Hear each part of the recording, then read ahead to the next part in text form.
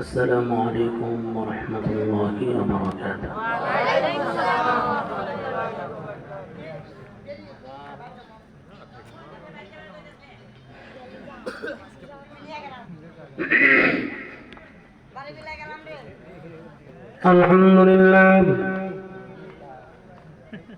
الحمد لله الذي خلق الإنسان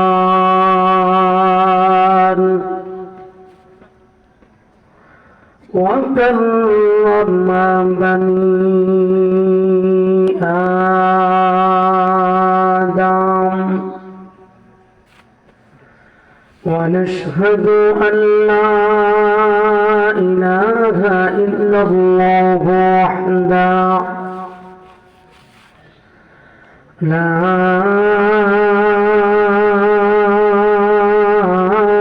شريك له شهادة بالقلب واللسان ونشهد أن سيدنا وسندنا وحبيبنا ومولانا محمد صلى الله عليه وعلى آله وأصحابه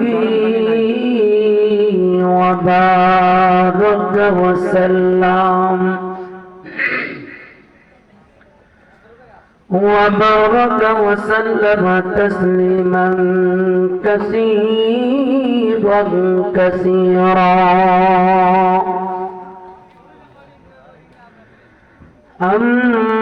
أما بعد فأعوذ بالله من الشيطان الرجيم بسم الله الرحمن الرحيم بل الإنسان على نفسه بصيرا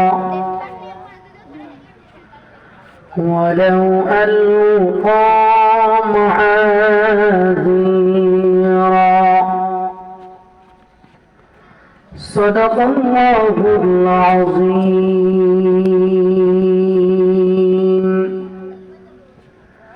وقال رسول الله صلى الله عليه وسلم أخلص دينك يكفيك العمل القليل أو كما قال النبي عليه الصلاة والسلام. জবান খুলে মুহাব্বতের সাথে নামাজের মধ্যে যে দুরূদ শরীফ পড়ি আমরা সকলে উচ্চ কণ্ঠে অলসতা ছেড়ে দিয়ে পড়ি। আল্লাহুম্মা সাল্লি আলা মুহাম্মাদিন ওয়া আলা আলি মুহাম্মাদ কামা সাল্লাইতা আলা ইব্রাহিম ওয়া আলা আলি ইব্রাহিম إنك حميد مجيد. اللهم بارك على محمد وعلى آل محمد كما باركت على إبراهيم وعلى آل إبراهيم إنك حميد مجيد. মোহাব্বতের সাথে পড়েন বালাগাল উলা বিকামালিহি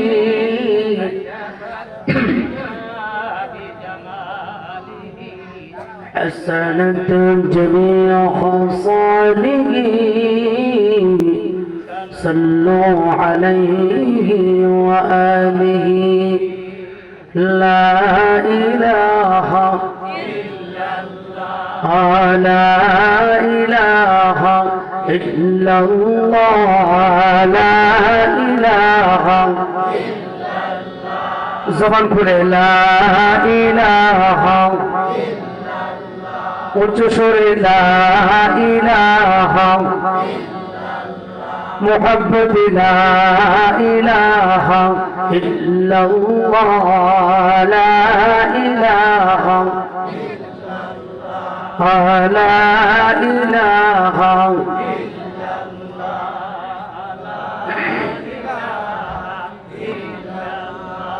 أسمن صوب غير الله باغر پربت غير الله زير إنسان غير الله منبر چارمن غير الله امته منتي غير الله শুদ্ধ তুমি মালিক এক আল্লাহ লা ইলাহা ইল্লাল্লাহ লা ইলাহা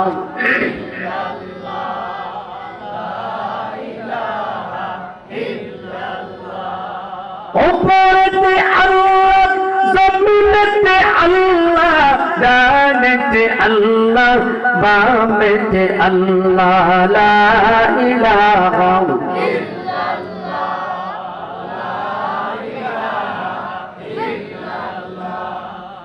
লা ইলাহা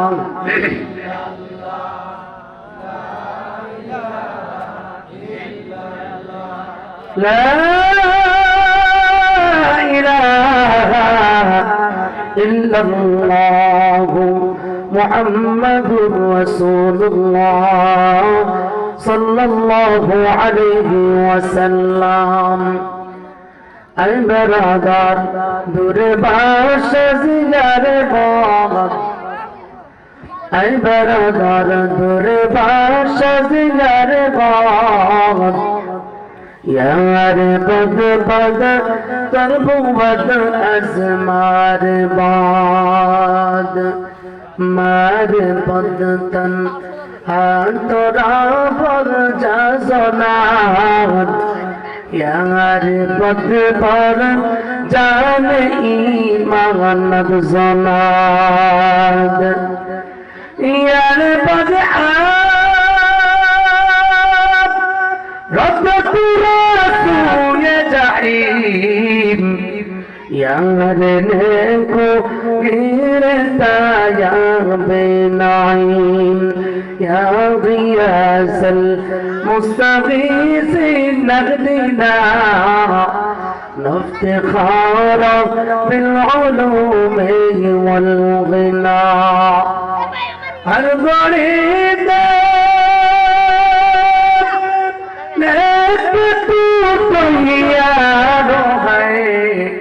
जो न मांगे उसे तू बेजार है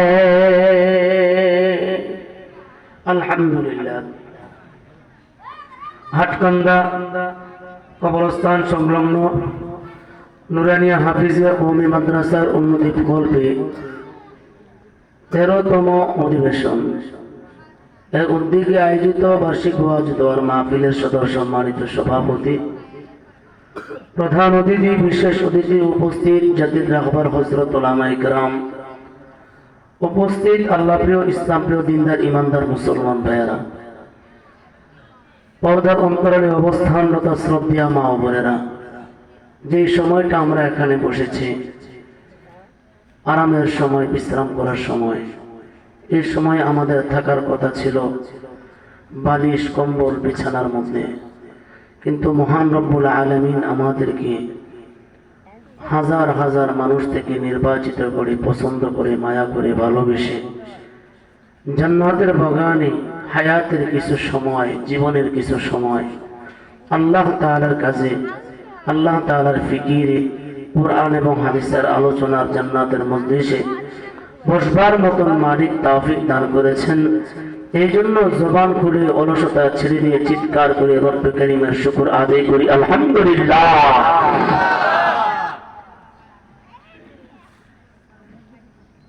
আপনাদের কাছে আমার একটা প্রশ্ন, হয়তো আপনাদের এলাকায় মানুষ কম, এই জন্য আপনাদের মাহফিলে মানুষ একটু কম মনে হচ্ছে। তো যাই হোক, যতটুকু আসছেন আলহামদুলিল্লাহ, আমরা যেন কিছু খোরাক নিয়ে যেতে পারি। আপনাদের কাছে আমার প্রশ্ন, বলেন তো দেখি আমাদের রব কয়জন? সবাই বলবেন কয়জন? রবের নাম কি? আরো জোরে বলেন, আরো মহাব্বতে বলেন, আর একটু সুন্দর করে বলেন। অনেকে বলে না, চুপ করে রয়েছে, সবাই বলে। যারা পিছনে বসে আছে এরা বলতেছে, সারা যারা সামনে বসছে এরাই তো বলবো, এরা ওদের সামনে বসছে না, আমরা পিছনে বসে থাকবো খালি দেখি। অনেকে আছে দেখতে, অনেকে আছে শুনতে, অনেকে আছে দেখা, শোনা, কথা বলা সব। ছাত্র সবাই একরকম না। কিছু ছাত্রদের টেবিলে সবার লাস্টে বসে, কি রে কি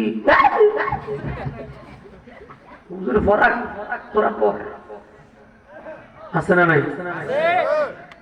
এর লাভ বেশি হইল না যে সামনে বসছে, হুজুরের কথা শুনতেছে, হুজুরের কথা অনুযায়ী কথা বলছে, পড়া শিখছে, এই বেশি ভালো রেজাল্ট করবে না যে লাস্টে বসছে ভালো রেজাল্ট করবে। এই জন্য কিছু কিছু বিষয় আছে উস্তাদের সাথে কথা বলতে হয়, ধরে নিতে হবে কিছুক্ষণের জন্য আমি আপনাদের উস্তাদ। ছাত্র যদি উস্তাদের সাথে কথা না বলে কিছু শিখতে পারবে? এইটাও বুঝে না। আমি কি বেশি কঠিন করে বলতেছি? এরপরে না আসতে আসতে নাকি আপনারা আসতেই কথা বলেন? কথা এলাকার সিস্টেম মনে হয় মেহমানদের সাথে কথা বলার সিস্টেম নেই। আপনাদের এলাকায় মেহমানের সাথে কি আসতে কথা বলে? এরকম সিস্টেম আছে নাকি? না, অনেক এলাকায় তো সিস্টেম থাকে না, মেহমান আসলে আমরা কথা কম বলি। হ্যাঁ বলেন, আমাদের রবের নাম কি? প্রশংসা হবে কার? জিকির হবে কার? কোরআন তেলাওয়াত হবে কার? হুকুম মানব কার? গুনাহ করব কার জন্য? গুনাহ করব কার জন্য? হ্যাঁ, শয়তানের জন্য। অনেকে বলতেছে শয়তানের জন্য করা যাবে, গুনাহ করাই যাবে না। বলেন, গুনাহ করাই। ভালো কাজ করব কার জন্য? ভালো কাজ করবো কার জন্য? যেহেতু রাত অনেক হয়ে গেছে, ভূমিকা লম্বা না করাই উচিত হবে। তবে আপনাদের কাছে আমি জানতে চাই, আমি এখন আল্লাহ তাআলার একটু প্রশংসা করব। আপনারা কি আমার সাথে পড়বেন তো? ইনশাআল্লাহ পারবেন তো? সবাই জোরে জোরে বলতে হবে নাকি সবাইকে মাইক লাগবে?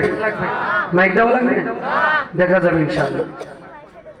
আমার সাথে পড়বেন, এই সুন্দর ফুল, সুন্দর ফল, মিঠা নদীর পানি, খোদা তোমার মেঘের বাণী, খোদা এই সুন্দর ফুল, সুন্দর ফল, মিঠা নদীর পানি, খোদা খোদা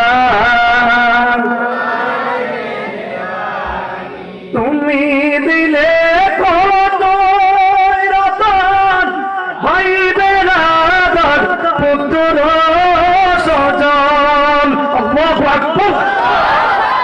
তুমি দিলে কত রতন, ভাইবে না পুত্র স্বজন। খুদা পেলে অন্ন যোগাও, খুদা পেলে অন্ন যোগাও, মানি চাই না মানি, খোদা খোদা এই সুন্দর ফুল সুন্দর ফল মিঠা নদীর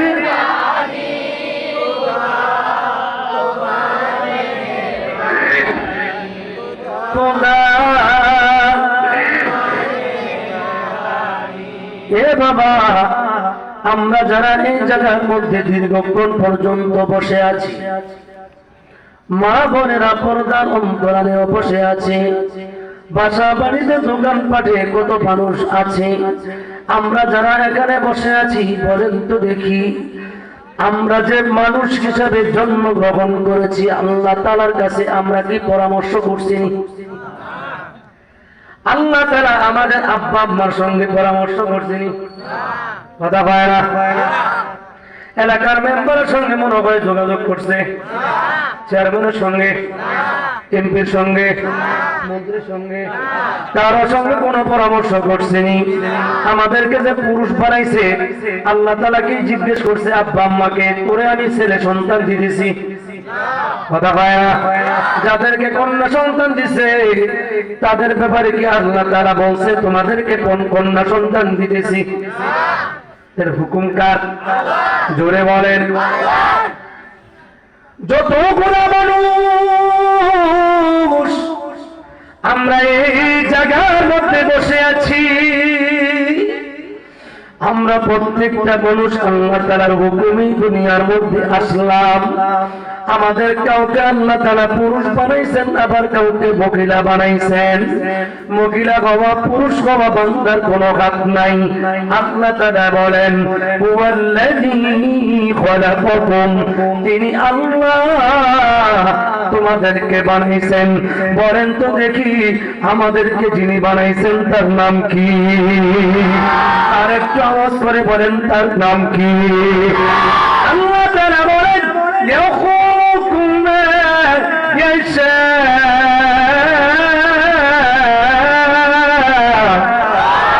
ইয়াগফিরু লিমান ইয়াশাউ ইনাসা ওয়া ইয়াহাবু লিমান ইয়াশাউ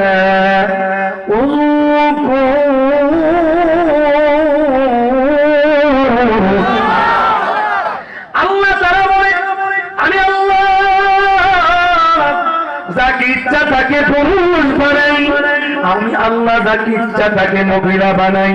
এখন বলেন তো দেখি 10 মাস পরে যদি কোনো মায়ের পেট থেকে একজন কন্যা সন্তান বাহির হয়, কন্যা সন্তান জন্মগ্রহণ করে, এটা কি মহিলার দোষ দেওয়া যাবে না? কিন্তু আজকাল সমাজে মহিলাদেরকে দোষ দেয় কি দেয় না?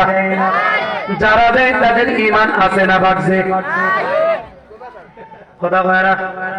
ঈমান আছে না গেছে? তার তো বিশ্বাস থাকার দরকার। কন্যা সন্তান মহিলা তো তার বাড়ি থেকে নিয়ে আসে নাই, বরং কন্যা সন্তান যে আল্লাহ দেয় পুত্র সন্তানকে দেয়। কথা বলে না? পুত্র সন্তান যে আল্লাহ বান্দাকে দান করেন, কন্যা সন্তান ওই আল্লাহ তাআলা দান করেন।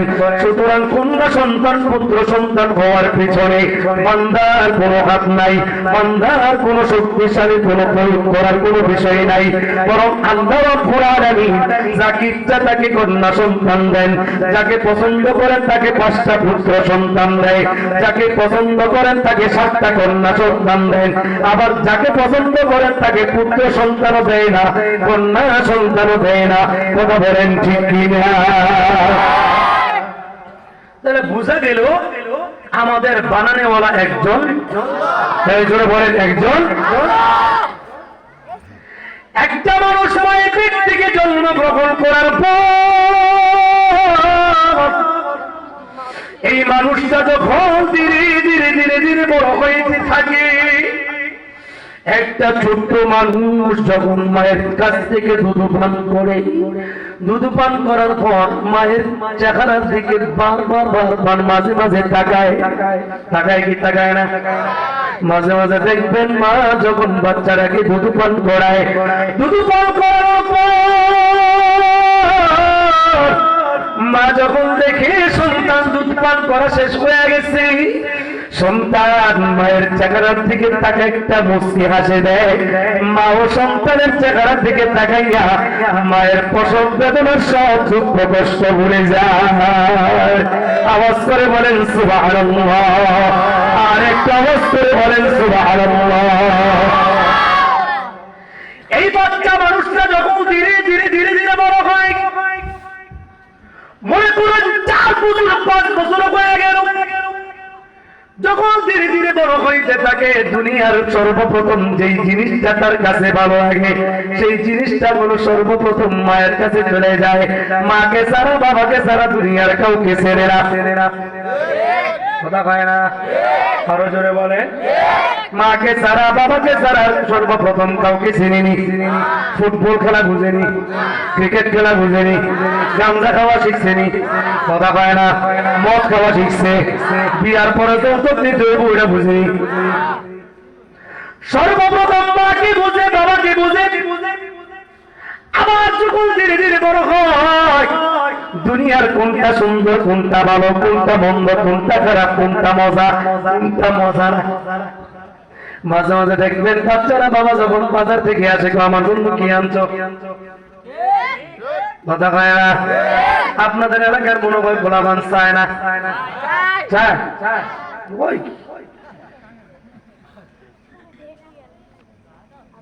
এই বাচ্চা মানুষরা দুনিয়ার সৌন্দর্য বুঝতে থাকি, এই বাবা খুব ভালো করে কথাগুলো বুঝিনি। রাত্রে অনেক হয়ে গেছে, তারপরও আপনাদের সামনে বসলাম। বাবা গুরুত্বপূর্ণ কিছু কথা বলবো, অল্প সময়ের মধ্যে কিছু কথা বলবো, তারপরে আখেরে বোঝাতে হয়ে যাবে। এই বাচ্চা মানুষটা ধীরে ধীরে যখন তার কাছে দুনিয়ার সবকিছু মজা লাগে, সবকিছু ভালো লাগে, রুদ্রের তাপ ভালো লাগে, মায়ের মুখের কাছেও ভালো লাগে। দুনিয়ায় যদি ব্যথা পায় সর্বপ্রথম মার কাছে গিয়া বলে, যখন দুনিয়ার মধ্যে কষ্ট পায় সর্বপ্রথম মা বাবার কাছে গিয়া বলে।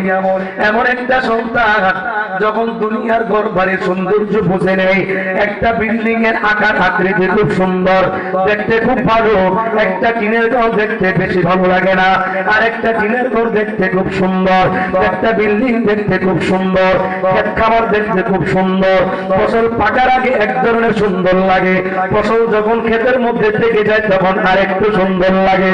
এরকম করতে করতে এক সময় যখন সন্তানটা একটু বড় হয়, একদিন সন্তান যখন দেখে মাকেও চিনতে পারে, বাবাকে বুঝতে পারে, দাদাকেও চিনে, দাদিকেও চিনে, তখন বুঝতে পারে তার একজন বংশ পরিচয় আছে, বাবার পরিচয় আছে, মার পরিচয় আছে, গ্রামের পরিচয় আছে, শহরের পরিচয় আছে, একটা রাষ্ট্রের পরিচয় আছে না নাই?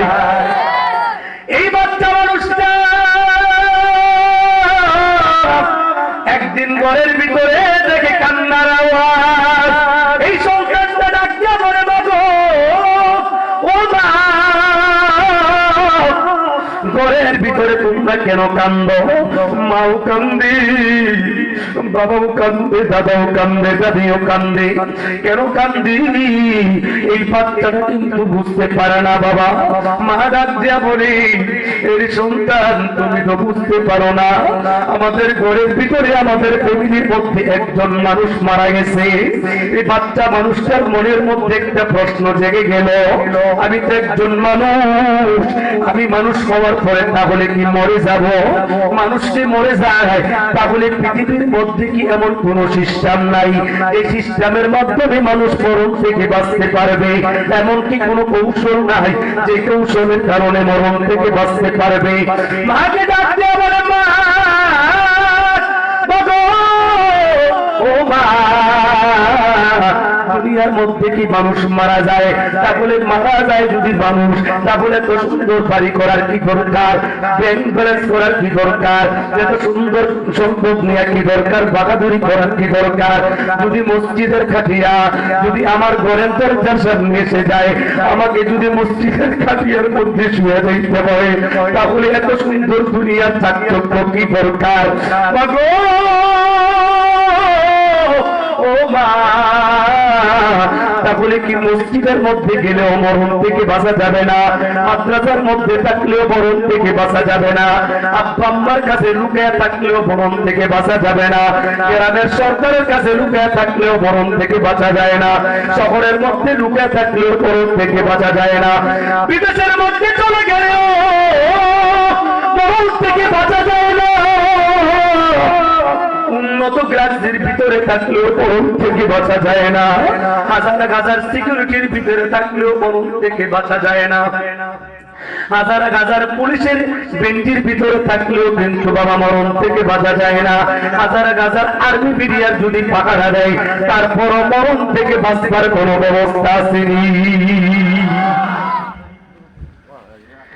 এই বাচ্চা মানুষটা যখন মাকে প্রশ্ন করেছে, মা ডাকলে বলে সন্তান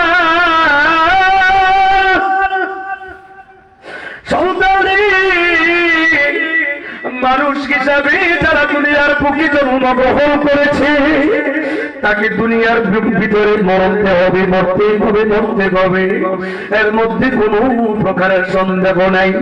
বাবারি ওই যে মসজিদের খাটিয়া দেখো, এই খাটিয়াটা কারো কাছে যাওয়ার জন্য এলান দেওয়া হবে না। যার যার ঘরের মধ্যে চলে যাবে, ওই খাটিয়ার মধ্যে শোয়ানোর পর সুন্দর করে একটা বাজার থেকে এক ধরনের মানুষ গিয়া, এক শ্রেণীর মানুষ গিয়া 3টা কাপড় কিনে নিয়ে আসবে। যে কাপড়টাকে বলা হয় কাপড়ের কাপড়। আপনাদের এলাকায় কাপড়ের কাপড় আছে না নাই? এই বাবা কথাগুলো ভালো করে বুঝে না। মা ডাক্তার আমার সন্তান এই কাপড়ের কাপড় নিয়ে আসবি বাজার থেকে। আরেক দল মানুষ গরম পানি দিয়ে গোসল দিবি। গরম পানি দিয়ে গোসল দেওয়ার পর সুন্দর করে কাপড়ের কাপড় পরিধান করাবে। কাপড়ের কাপড় পরিধান করার পর আদর গোলাপ লাগাইয়া আত্মীয় স্বজন সবাই এই কাঠিয়াটা নিয়া ধীরে ধীরে জানাজার মাঠের মধ্যে নিয়ে যাবে। জানাজার মাঠের মধ্যে নিয়ে যাওয়ার পর আর ঘরের দিকে কেউ নিয়ে আসবে না। জানাজার নামাজ পড়ে যাওয়ার পর ধীরে ধীরে ধীরে ধীরে বাঁশবাগানে গুরু তারের মধ্যে নিয়ে যাবে। সেখানে একদল মানুষ কবরের মধ্যে নামবে। এই দেহটাকে কবরের মধ্যে শোয়া দিবে। মিনহা খলাকনাকুম ওয়া ফিহা নুঈদুকুম ওয়া মিনহা নুখরিজুকুম তারাতান উখরা। যেই মাটি দিয়ে আল্লাহ বানাইছেন, এই মাটির মধ্যে আল্লাহ তাআলা শোয়া দেওয়ার জন্য আদেশ করছেন। আবার এই মাটি থেকে আল্লাহ কাল কিয়ামতের ময়দানে আবার উত্তোলন করবেন। মা ডাক দিয়া বলে সন্তান রে, এইভাবে মানুষ কবরের মধ্যে কবর দেওয়ার পর একদল মানুষ আবার বাসার চাউনি দিয়া মাটি দিয়া সুন্দর করে কবরটাকে সুন্দর করে চাপা দিয়া চলে আসবে। একদিন 2 দিন পরে মানুষ তোমাকে ভুলে যেতে থাকবে। এটা বলো দুনিয়ার নিজাম। এই জন্য বাবা মরণ থেকে বাঁচবার কোনো ব্যবস্থা নাই। এখনো সময় আছে।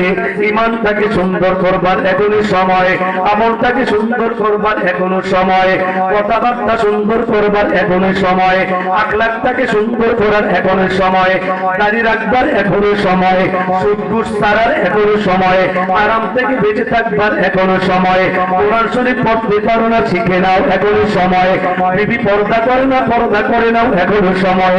কিন্তু চলে আসলে দুনিয়ার কোনো কিছু আর করতে পারবা না। মালিকের দরবারে সব কিছু আল্লাহ রাব্বুল আলামিন বান্দার কাছে প্রকাশ করবেন।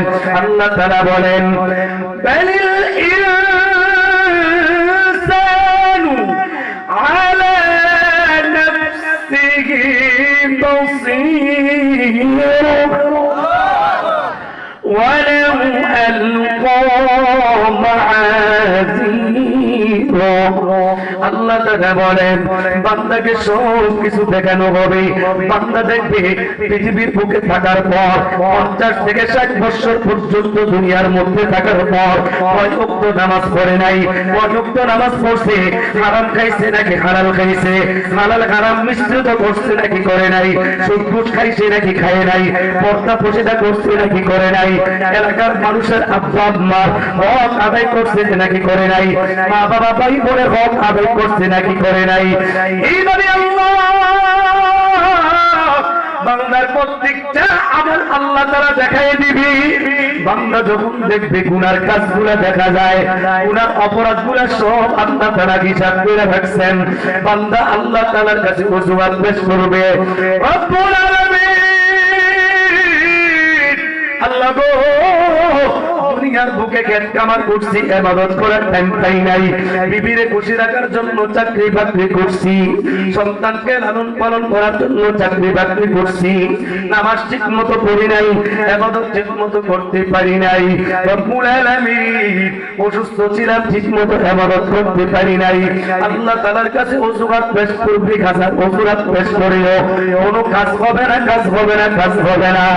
আল্লাহ তাআলা বলেন ওয়ালাউ আলকা মাহাদিরা, বান্দা আল্লাহ তাআলার কাছে অজুহাত পেশ করবে, আল্লাহ তাআলা অজুহাত গ্রহণ করবে না, অজুহাত গ্রহণ করবে না, আল্লাহ তাআলা অজুহাত প্রত্যাখ্যান করবে।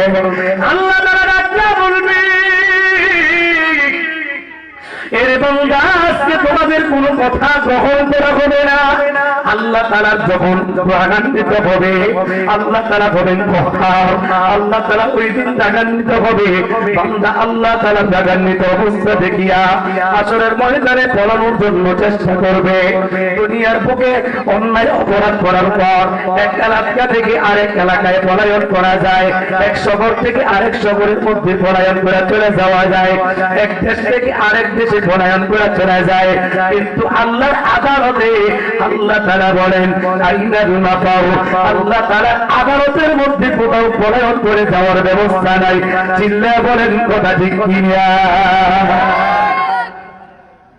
আল্লাহর আদালতে পলানোর কোনো ব্যবস্থা নাই, কথা বলেন আছে? যদি ওই সময় কয় আমি সূর্যের নিচে চলে যাব, পাওয়া যাবে? হ্যাঁ, ওই সময় গাছ ঘর খুঁজে পাওয়া যাবে?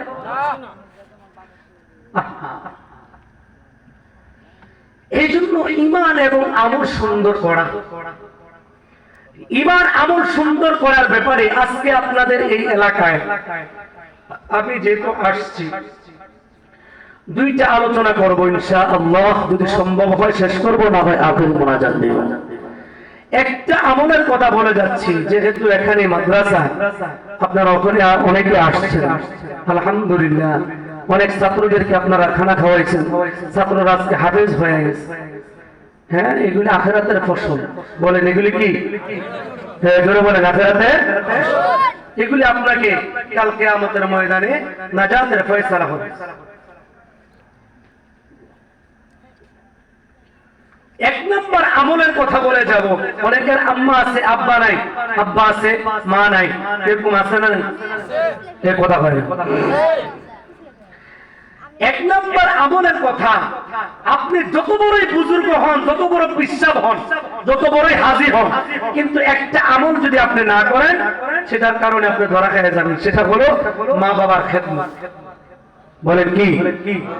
আব্বা আম্মার খেদমত করবেন না, আব্বা আম্মার কষ্ট দিবেন, আর পিসাব হয়ে গেছে, 100 হাত পাগড়ি মাথায় পড়ছেন, আর 1000 বার আপনি হজ করছেন, কাজ হবে? কথা বলে না, কাজ হবে? ধরা খাইছে। এই জন্য আল্লাহ রাসূল বলছেন আল জান্নাতু তাহতা আকদামিল উম্মাহাত, সন্তানদের জন্য আল্লাহ তাআলা জান্নাতের ফয়সালা রাখছে আব্বা আম্মার পায়ের নিচে। সুবহানাল্লাহ বলেন, আরো জোরে বলেন, আরো জোরে বলতে হবে সুবহানাল্লাহ। মহিলাদের অনেক দাম। আল্লাহ রাসূল বলেন কোন সন্তান যদি সকাল থেকে সন্ধ্যা পর্যন্ত মা বাবার চেহারার দিকে তাকায়া ভালো আচরণ করে, সৎ আচরণ করে, আল্লাহ তাআলা ওই সন্তানের জন্য জান্নাতের 2টা দরজা খুলে দেয়। সুবহানাল্লাহ। আর যদি কোন সন্তান সকাল থেকে সন্ধ্যা থেকে সকাল পর্যন্ত মা বাবার সাথে ভালো আচরণ করে ঘুমায় যায়, তো আল্লাহ তাআলা সন্ধ্যা থেকে সকাল পর্যন্ত সন্তানের জন্য জান্নাতের 2টা দরজা খুলে দেয়। সুবহানাল্লাহ। আর যদি কেহ একজন আব্বা আম্মার সাথে কারোর সাথে খারাপ আচরণ করে তখন তার জন্য জাহান্নামের একটা দরজা খোলা হয়। আর যদি দুজনের সাথে খারাপ আচরণ করে জাহান্নামের দুইটা দরজা খুলে দেওয়া হয়। মরবে তো ডাইরেক্ট, মরবে তো কথা বলে ডাইরেক্ট, মানে টিকিট লাগবে না। শোনা স্যার, কি স্যার, এই জন্য যারা আব্বা আম্মা আছে খেদমত করতে পারেন নাই, নিয়ত করেন মা বাবা পদতলে সন্তানের জন্য আল্লাহ তাআলা জান্নাত রাখছেন। অনেকে আছে 2 বছর 5 বছর 10 বছর হয়ে গেছে, বছরও একবার আব্বা আম্মার কবরে যায় না। আসেনি? কপাল পোড়া সন্তান আসেনি? নবীজি জান্নাতুল বাকিতে গেছেন, কবরস্থানে যাওয়ার পর প্রত্যেকটা কবরের কাছে কাছে গেছেন, তো একটা কবরের মধ্যে নবীজি দেখলেন, নবীকে জানানো হয়েছে এই কবরটার মধ্যে আযাব হয়। নবীজির মনটা খারাপ হয়ে গেছে। নবীজি 2টা হাত কবরের মধ্যে দিয়েছেন, দিয়া দোয়া করছেন, তারপরে নবীজির মনটা খারাপ। সাহাবী নবীজিকে ডাকতে বলে, ইয়া রাসূলুল্লাহ, ইয়া হাবিবাল্লাহ, নবী গো, আপনার মনটা কেন খারাপ?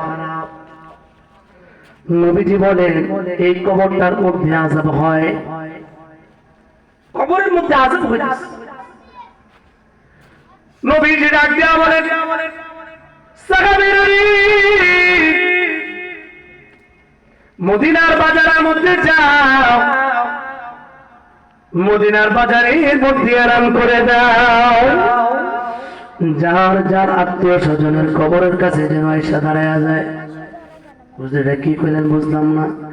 তার মানে হলো জান্নাতুল বাকিতে যারা আত্মীয় স্বজন কবরস্থ করেছে, তার কার আত্মীয় স্বজন ওই কবরের পাশে এসে দাঁড়ায় যাওয়ার জন্য বলছেন। আপনাদের এলাকায় এরকম সিস্টেম আছে? বছরে একবার কবরের মধ্যে ডাক দিছে, হ্যাঁ সবাই আসো কবরস্থানে, আছে সিস্টেম? সিস্টেমও নাই, কেউ যায়ও না, দোয়াও করে না। ওই সন্তান মা বাবার জানাজার যে শরীক হয়েছে, এরপরে কয়েকদিন মাথার মধ্যে টুপি দিয়ে একটু নামাজ টামাজ পড়ছে, এরপরে আবার আগের মতন বিড়ি খাইতেছে, চলতে আছে, ফিরতে আছে। কথা কয় না? আছে না নাই? আল্লাহ। আবার যারা নেক্সট সন্তান, তারা আব্বা আম্মার জন্য রব্বিরহামহুমা কামা রব্বায়ানি সগীরা, রব্বিরহামহুমা কামা রব্বায়ানি সগীরা। মা বাবার জন্য দোয়া করি। নবীজি সাহাবীকে বললেন, মদিনার বাজারের মধ্যে এলান করে দাও। মদিনার বাজারে সাহাবী গেছে, যাওয়ার পর মদিনার বাজারের মধ্যে বাবা সাহাবী এলান করে দিয়েছে, জান্নাতুল বাকিতে কার কার আত্মীয় স্বজন কবরস্থ করা হয়েছে, যাও না রে। নবীজি বলছে যাওয়ার জন্য যার যার আত্মীয় স্বজনের কবরের পাশে গিয়ে দাঁড়াও। মদিনার মানুষগুলো একজন একজন করে আত্মীয় স্বজনের কবরের পাশে গিয়ে দাঁড়ায় গেছে। আওয়াজ করে বলা যাবে কি সুবহানাল্লাহ? নবীজি বসে বসে তাকায় তাকায় দেখি প্রত্যেকটা কবরের কাছে এসে আত্মীয় স্বজন দাঁড়ায় গেছে। কিন্তু বাবা, যেই কবরের মধ্যে আযাব হয়, ওই কবরের পাশে এসে কেউ দাঁড়াই নাই। নবীজির মনটা খারাপ হয়ে গেল। নবীজি দীর্ঘক্ষণ পর্যন্ত নবীজি অপেক্ষা করতেছেন, কি করা যায়? নবীজির মনটা খারাপ হয়ে গেছে। তারপরে নবীজি দীর্ঘক্ষণ পর্যন্ত অপেক্ষা করলেন। দীর্ঘক্ষণ পর্যন্ত অপেক্ষা করার পর নবীজি তাকে দেখে দূর থেকে একজন বুড়িমা লাঠি বলতে বলতে বলতে বলতে টুকটুক করে এই কবরের পাশে এসে দাঁড়ায় গেল। চিল্লায়ে বলা যাবে কি সুবহানাল্লাহ?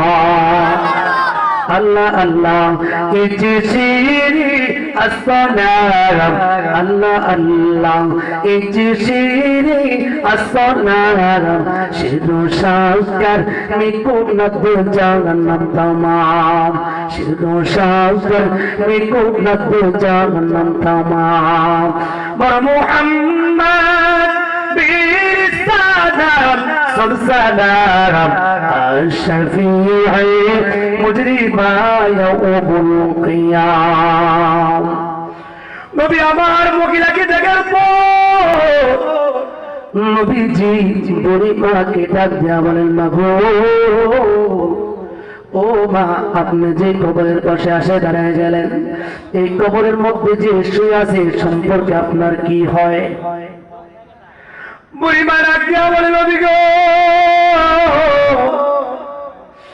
যে কবরের মধ্যে শুয়ে আছি এটা তো আমার কলিজার টুকরা সন্তান বলেন নবীজি কেন আপনি আমাদেরকে কবরের মধ্যে আহ্বান করলেন আসার জন্য নবীজি ডাক দিয়া বলে মা গো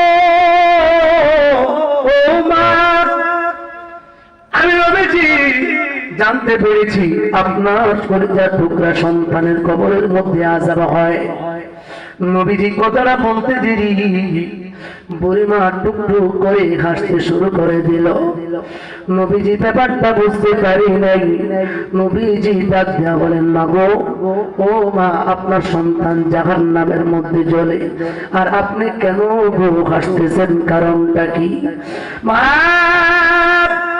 গো কেন গো হাসি কি কারণ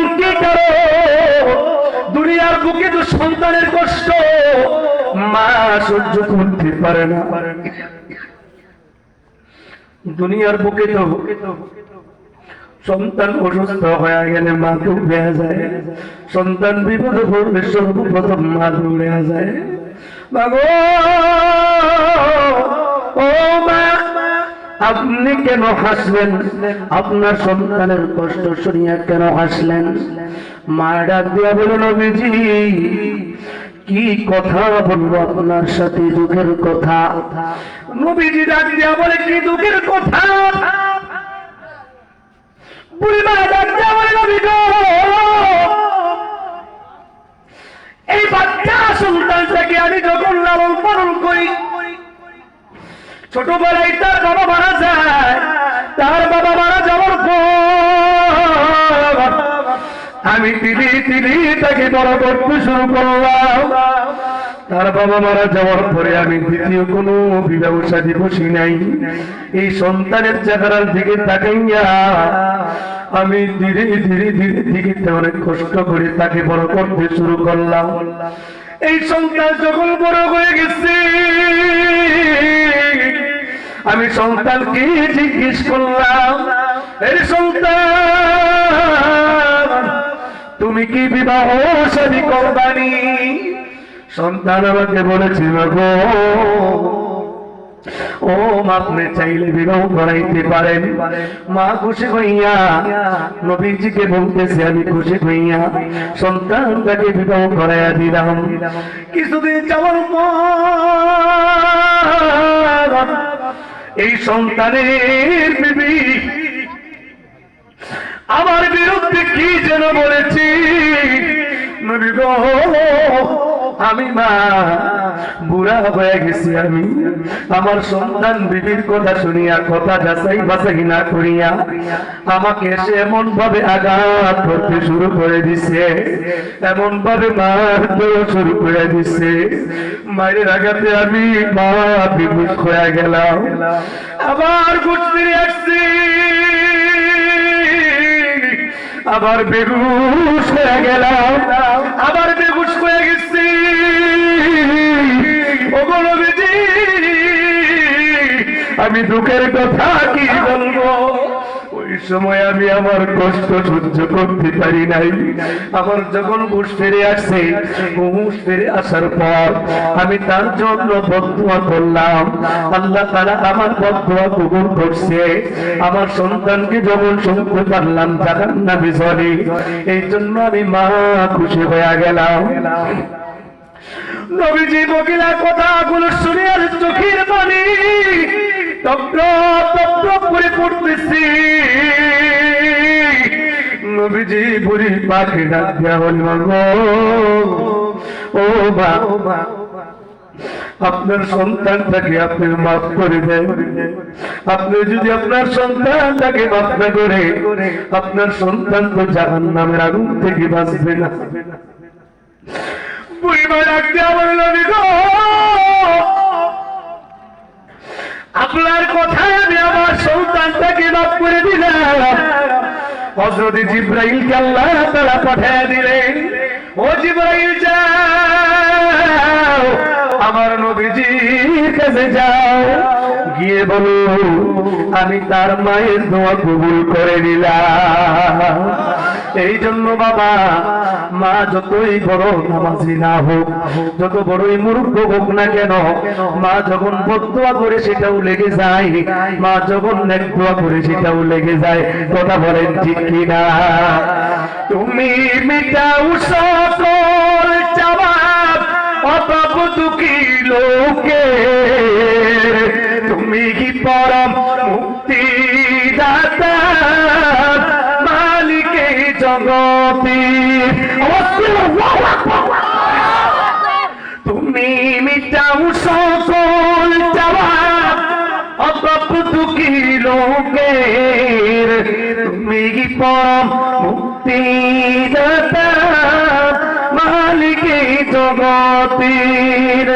তোমার পথে চললি মোদের, তোমার পথে চললি মোদের, আসবে শেষ দিন।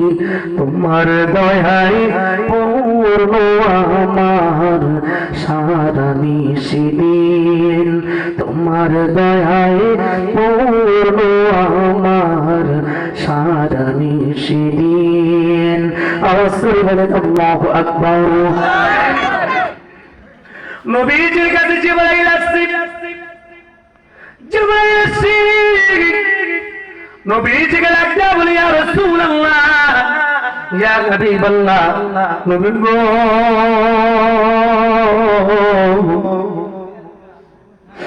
আল্লাহ তাআলা আপনাকে বলছে এই কবরের জন্য দোয়া করার জন্য। আল্লাহ তাআলা তার মায়ের দোয়া কবুল করছে। এখন যদি আপনি দোয়া করেন আল্লাহ তাআলা মাফ করে দিবেন। নবীজি এই যুবকটার জন্য আল্লাহ তাআলার কাছে দোয়া করেছে।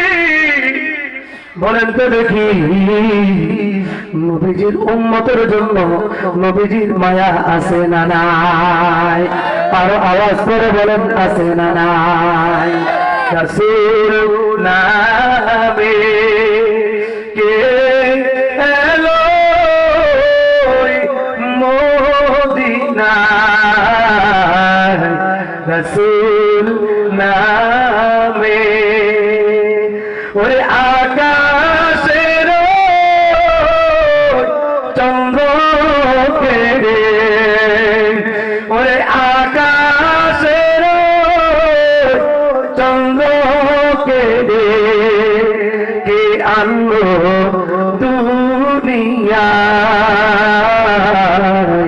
রাসূল নামে, রাসূল নামে। গলেতে তাসবির মালা, ওই কে চলে ওই গামলি বহলা রে,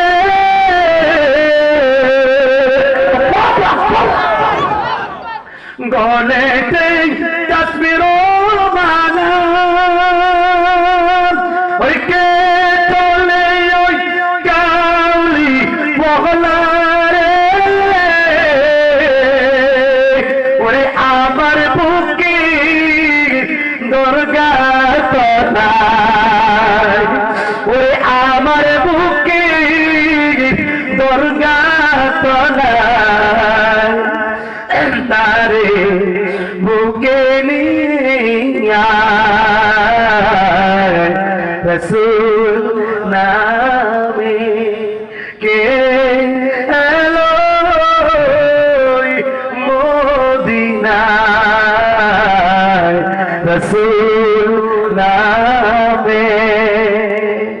নবীজির তুলনা আসেনি, নবীজির তুলনা নাই, নবীজির ভালোবাসার তুলনা নাই।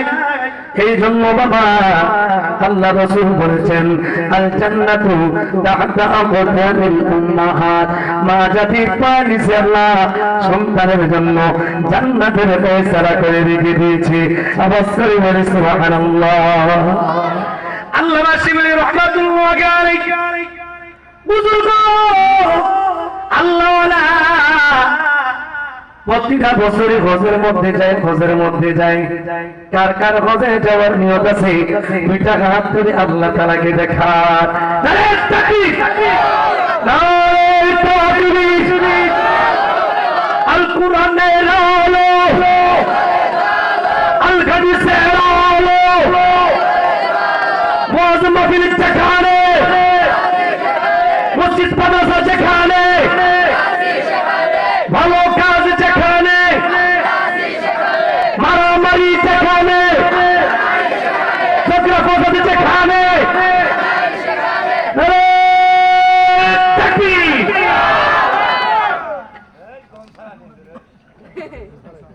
মাশাআল্লাহ।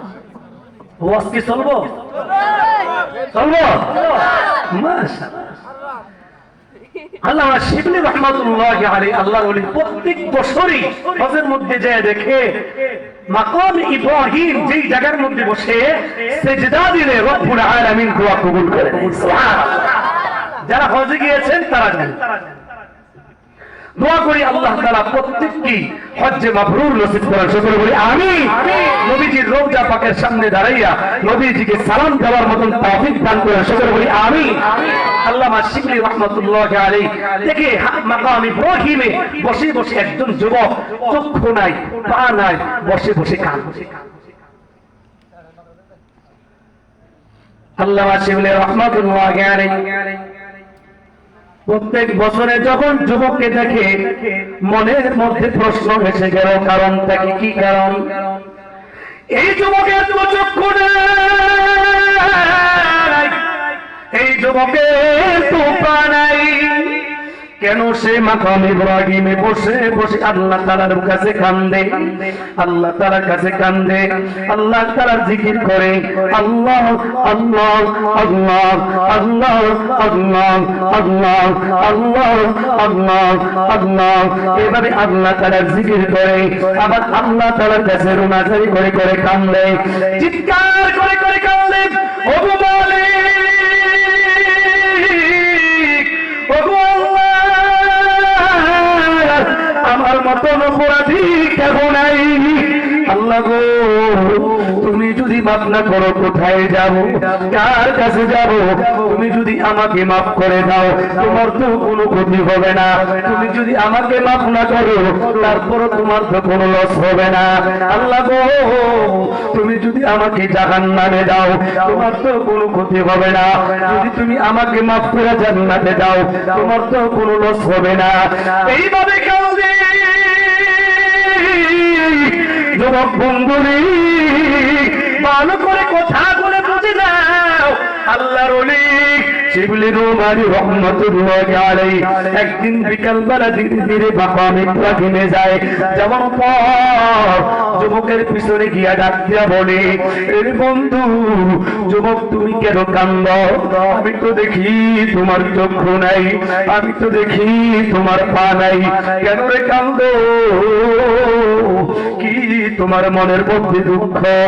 বলবা কি রে? প্রতিটা বছরে আমি তোমাকে এই জায়গার মধ্যে এসে দেখি। ওরে বন্ধু বলবা কি তোমার কি ব্যথা? যুবক ডাকিয়া বলে, কে গো আপনি? আপনি কি আপনার পরিচয় একটু দিবেন? আল্লামা শিবলি রাহমাতুল্লাহি আলাইহি আল্লাহর ওলি ডাক দিয়া বলি, বন্ধুরে আমি শিবলি নোমানি। কি কেন কি তোমার এত সমস্যা? কেন কান্দো? আসলে বন্ধু তুমি বলবা কি তোমার কি খবর? ডাক দিয়া বলে, হুজুর কেন আপনি আমার কাছে জানতে চান? আমার বিষয় কেন আপনি শুনতে চান? আল্লাহর ওলি ডাক দিয়া বলে, বন্ধুরে আমি প্রতিটা বছর বছরের মধ্যে আসি, প্রতি 2টা বছর হজের মধ্যে আসিয়া এই জায়গার মধ্যে তোমাকে দেখি তুমি কান্দ, মাঝে মাঝে জিকির করো, আবার গাউমাউ করে তওবা করো, কান্দ। তোমার তো চক্ষু নাই, তোমার তো পা নাই, এমনকি তোমার মনের মধ্যে ব্যথা।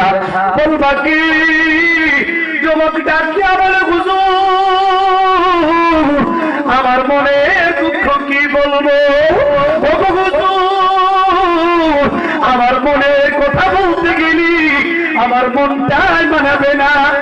ও হুজুর যেহেতু আপনি জানতে চাইছেন একটু বলে নেই। হুজুর গো, আমি যখন ছোট ছিলাম মায়ের কোল ছিলাম, বাবা মারা যায়, কাঠ কেটে কেটে জঙ্গলের মধ্যে বাবা জীবন যাপন করত, মাকে নিয়ে সংসার করত। আমার মা পরম সুন্দরী একজন মানুষ, আমার মা চাইলে আরেকটা সংসার করতে পারত, আমার মা চাইলে আরেকটা বিবাহ করতে পারত, আমার মা চাইলে আরেকটা পুরুষ গ্রহণ করতে পারত, কিন্তু আমি সন্তানের চেহারার দিকে তাকাইয়া মা দুনিয়ার কোন সুখের কথা চিন্তা করে না। আমি সন্তানের ভবিষ্যতের দিকে তাকাইয়া, আমি সন্তানের দিকে তাকাইয়া মা দ্বিতীয় বিবাহ করে নাই, মা অন্য কোনো সংসার করে নাই। ধীরে ধীরে আমি যখন বড় হইতে লাগলাম, বাবার যে কুড়াল দিয়া কাঠ কাটতো ওই কুড়াল টাকাতে নিলাম, বাবার কাজ করে করে আমি সংসারটা চালাইতাম। জঙ্গলের মধ্যে আমি যখন কাজ কেটে কেটে কেটে কেটে সংসার চালাই, ধীরে ধীরে বড় হয়ে গেলাম। মা ডাক দিয়া বলে, এর সন্তান তুমি তো বড় হয়েছো, তোমাকে বিবাহ দেওয়ার দরকার। সন্তান ডাক দিয়ে বলে, মা যেই কন্যা সন্তান তোমার কাছে পছন্দ হয়, যেই মেয়েটা তোমার কাছে পছন্দ হয়, ওই মেয়েটাই তুমি আমাকে বিবাহ দাও, অসুবিধা নাই, তোমার পছন্দ আমার পছন্দ। কিন্তু আজকাল আমাদের সমাজে যুবক ভাইয়েরা এমন হয়ে গেছে, টিকটকের মধ্যে লাল লিপস্টিক দেখা, লাল লাল চুল দেখা, লাল লাল জামা দেখা, তো যুবক ভাইয়ের আজকাল টিকটকের মধ্যে মহিলা দেখা সেই টিকটক যুবতীদের প্রতি আসক্ত হয়ে যায়। মা বাবারে না জানাইয়া কোন দেশ থেকে একটা মহিলা ধরে নিয়ে আসে, এমন ঘটনা ঘটে কি ঘটে না সমাজের মধ্যে? কথা বলেন ঠিক কিনা? মারও জিজ্ঞাসা না, বাবারও জিজ্ঞাসা করে না। একটা নিয়ে আসছে, হঠাৎ করে শোনা যায় কি বিয়ে করছে, কি রে বাবা তুই বিয়ে করছিস? হ নিয়ে এসছি। কই পাইলি? ফেসবুক পাইছি। কথা কয় না, কথা কয় না। এই ফেসবুক, ইন্টারনেট, টিকটকের কারণে আজকাল অধিকাংশ ফ্যামিলির মধ্যে পরকীয়া করছে। আপনাদের এলাকায় নাই না? কথার আওয়াজে বুঝা যায় না এলাকা পরকীয়া নাই, ফেরেশতা নাকি? আহা, আজকে একটা নিউজ দেখলাম, এক মহিলা তার 2জন সন্তান, আরেকজন মহিলা তার 4জন সন্তান, একজন পুরুষের 4জন সন্তান, সে তার সন্তান বিবিকে ফলাই দিয়া 2জন সন্তান আছে এমন একজন মহিলার কাছে আসছে, আবার 2জন সন্তান আছে এমন একজন মহিলা, 4জন সন্তান আছে এমন একজন পুরুষের কাছে চলে আসছে। তাজা খবর। কি খবর? তাজা খবর বুঝেন নাই? ও কি রে, দুধ কি তাজা, মাছ কি তাজা? আর খবর যেটা বলছি এটাও কি কথা কয় না? হ্যাঁ, খবর দিলাম তাজা, বুঝলেন?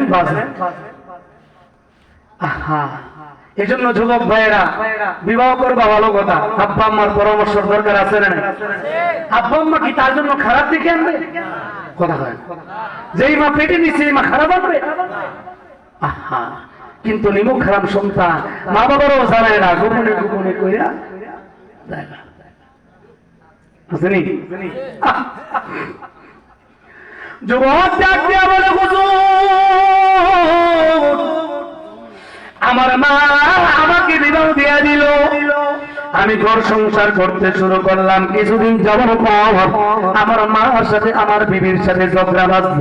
আজকাল ফ্যামিলির মধ্যে পুত্রবধূর সঙ্গে শ্বশুর শাশুড়ির সঙ্গে টুকটাক ঝগড়া হয় কি হয় না? কথা হয় না? যুবক ডাক দিয়া বলে, হুজুর আমার মায়ের সঙ্গে আমার বিবির সঙ্গে ঝগড়া হয়, আমি ঝগড়াটা মিট করে দেই, আবার ঝগড়া করে আবার মিট করে দেই, কারণ আমি তো সন্তান, না পারি মাকে পড়াইতে, না পারি বিবিকে ছাড়তে, বিবিকে ছাড়তে পারি না, মাকেও পড়াইতে পারি না। একদিনের ঘটনা, হুজুর আমি ফজরের নামাজ পড়িয়া একদিন আমি জঙ্গলের মধ্যে কাঠ কাটার জন্য পুরা টাকা নিয়ে যখন চলে যাব, বিবিকে ডাক দিয়া বললাম, বিবি ও বিবি রে, আমি কাঠ কাটার জন্য চলে যাই, দুপুর বেলা খাবারটা তুমি আমার জন্য জঙ্গলায় পৌঁছায়া দিবা। যুবক ডাক দিয়া কই, বিবি রে আমি চলে গেলাম, খাবারটা কিন্তু সময় মতন পৌঁছাইবা। ডাক দিয়া বলে, হুজুর আমি তো কাঠ কাটার জন্য চলে গেলাম, দুপুর হয়ে গেল, বলেন তো দেখি কাঠ কাটা, গাছ কাটা সহজ না কষ্ট? কথা কয় না। যুবক দুপুর পর্যন্ত গাছ কাটার পর পেটের মধ্যে প্রচন্ড পরিমাণ খিদা লাগছে, দুপুর হয়ে গেল, বিবি খাবার আনে নাই। কথা মতো যদি বিবিরা খাবার না দেয়, স্বামী রাগ করে কি করে না? আপনাদের এলাকায় করেনি? কথা কয় না। যুবক বলে, হুজুর আমার বিবি দুপুর বেলা খাবার আনে নাই। দুপুর শেষ করে বিকাল হয়ে গেল, বিকাল শেষ করে সন্ধ্যা নেমে আসলো। ওগো হুজুর আমার ক্ষুধার যাতনার কিছু মজা লাগে না, আমি কাঠ কাটা বন্ধ দিয়ে কাঠ যেগুলা কাটলাম এগুলা বাজারে বিক্রি করিয়া কিছু সদাই করিয়া ওই সদাই গুলো নিয়ে বাড়িতে আসলাম। আসার পর বিবিকে বললাম, বিবি রে কি রান্না বান্না করছো, খাবার দাও। আমি সারাদিন ক্ষুধার্ত অবস্থায় কাঠ কাটলাম, তোমাকে বললাম দুপুর বেলা খাবার নিয়ে যাওয়ার জন্য, তুমি তো আমার জন্য খাবার নিয়ে যাও নাই। বিবি রে কি রান্না বান্না করেছো, খাবার দাও না। বিবি ডাক দিয়া বলে, স্বামী রে আজকে সারাদিন আমি একটা কিছু রান্না বান্না করি নাই। বলেন তো দেখি, সময় মতো যদি বিবি রান্না বান্না না করে, বিবি যদি স্বামীর কথা না শোনে, স্বামীর মেজাজ গরম হবে না ঠান্ডা হবে? বিবি যখন বলছে রান্না বান্না করি নাই, তখন স্বামীর মেজাজ গরম হয়ে গেছে। যুবক ডাক দেয়া বলে, হুজুর আমার মেজাজ তো গরম হয়ে গেল। মাঝে মাঝে দেখবেন তরকারির মধ্যে লবণ কম হইলে অথবা একটু বেশি হইলে, লবণ একটু কম হইলে, মরিচ একটু বেশি হইলে, উল্টা পাল্টা হইলে মজা যদি না লাগে, মাঝে মাঝে স্বামীরা রান্না বান্না খায় না, মাঝে মাঝে রাগ করে চলে যায়, মাঝে মাঝে পাতিল ক্যামেরা বাড়ায় দেয়। কথা আর জোরে বলেন,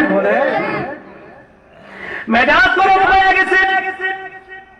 আবার দেখবেন আপনাদের এলাকায় অথবা বিভিন্ন এলাকায় দেখবেন স্বামীদের জন্য খাবার দাবার মাঠের মধ্যে নিয়ে যায়, নেই কি নেয় না? যুবক ডাক দেয়া বলতেছে, হুজুর বিবি যখন আমাকে বলছে আমি রান্না বান্না করি নাই, বিবিকে ডাক দেয়া বললাম, বিবি কেন রান্না বান্না করো নাই? বিবি ডাক দিয়া বলি, তোমার মায়ের সঙ্গে আজকে আমার প্রচন্ড ঝগড়া হয়েছে, তোমার মার সাথে আমার ঝগড়া হওয়ার কারণে আমি আজকে রান্না বান্না করে নাই।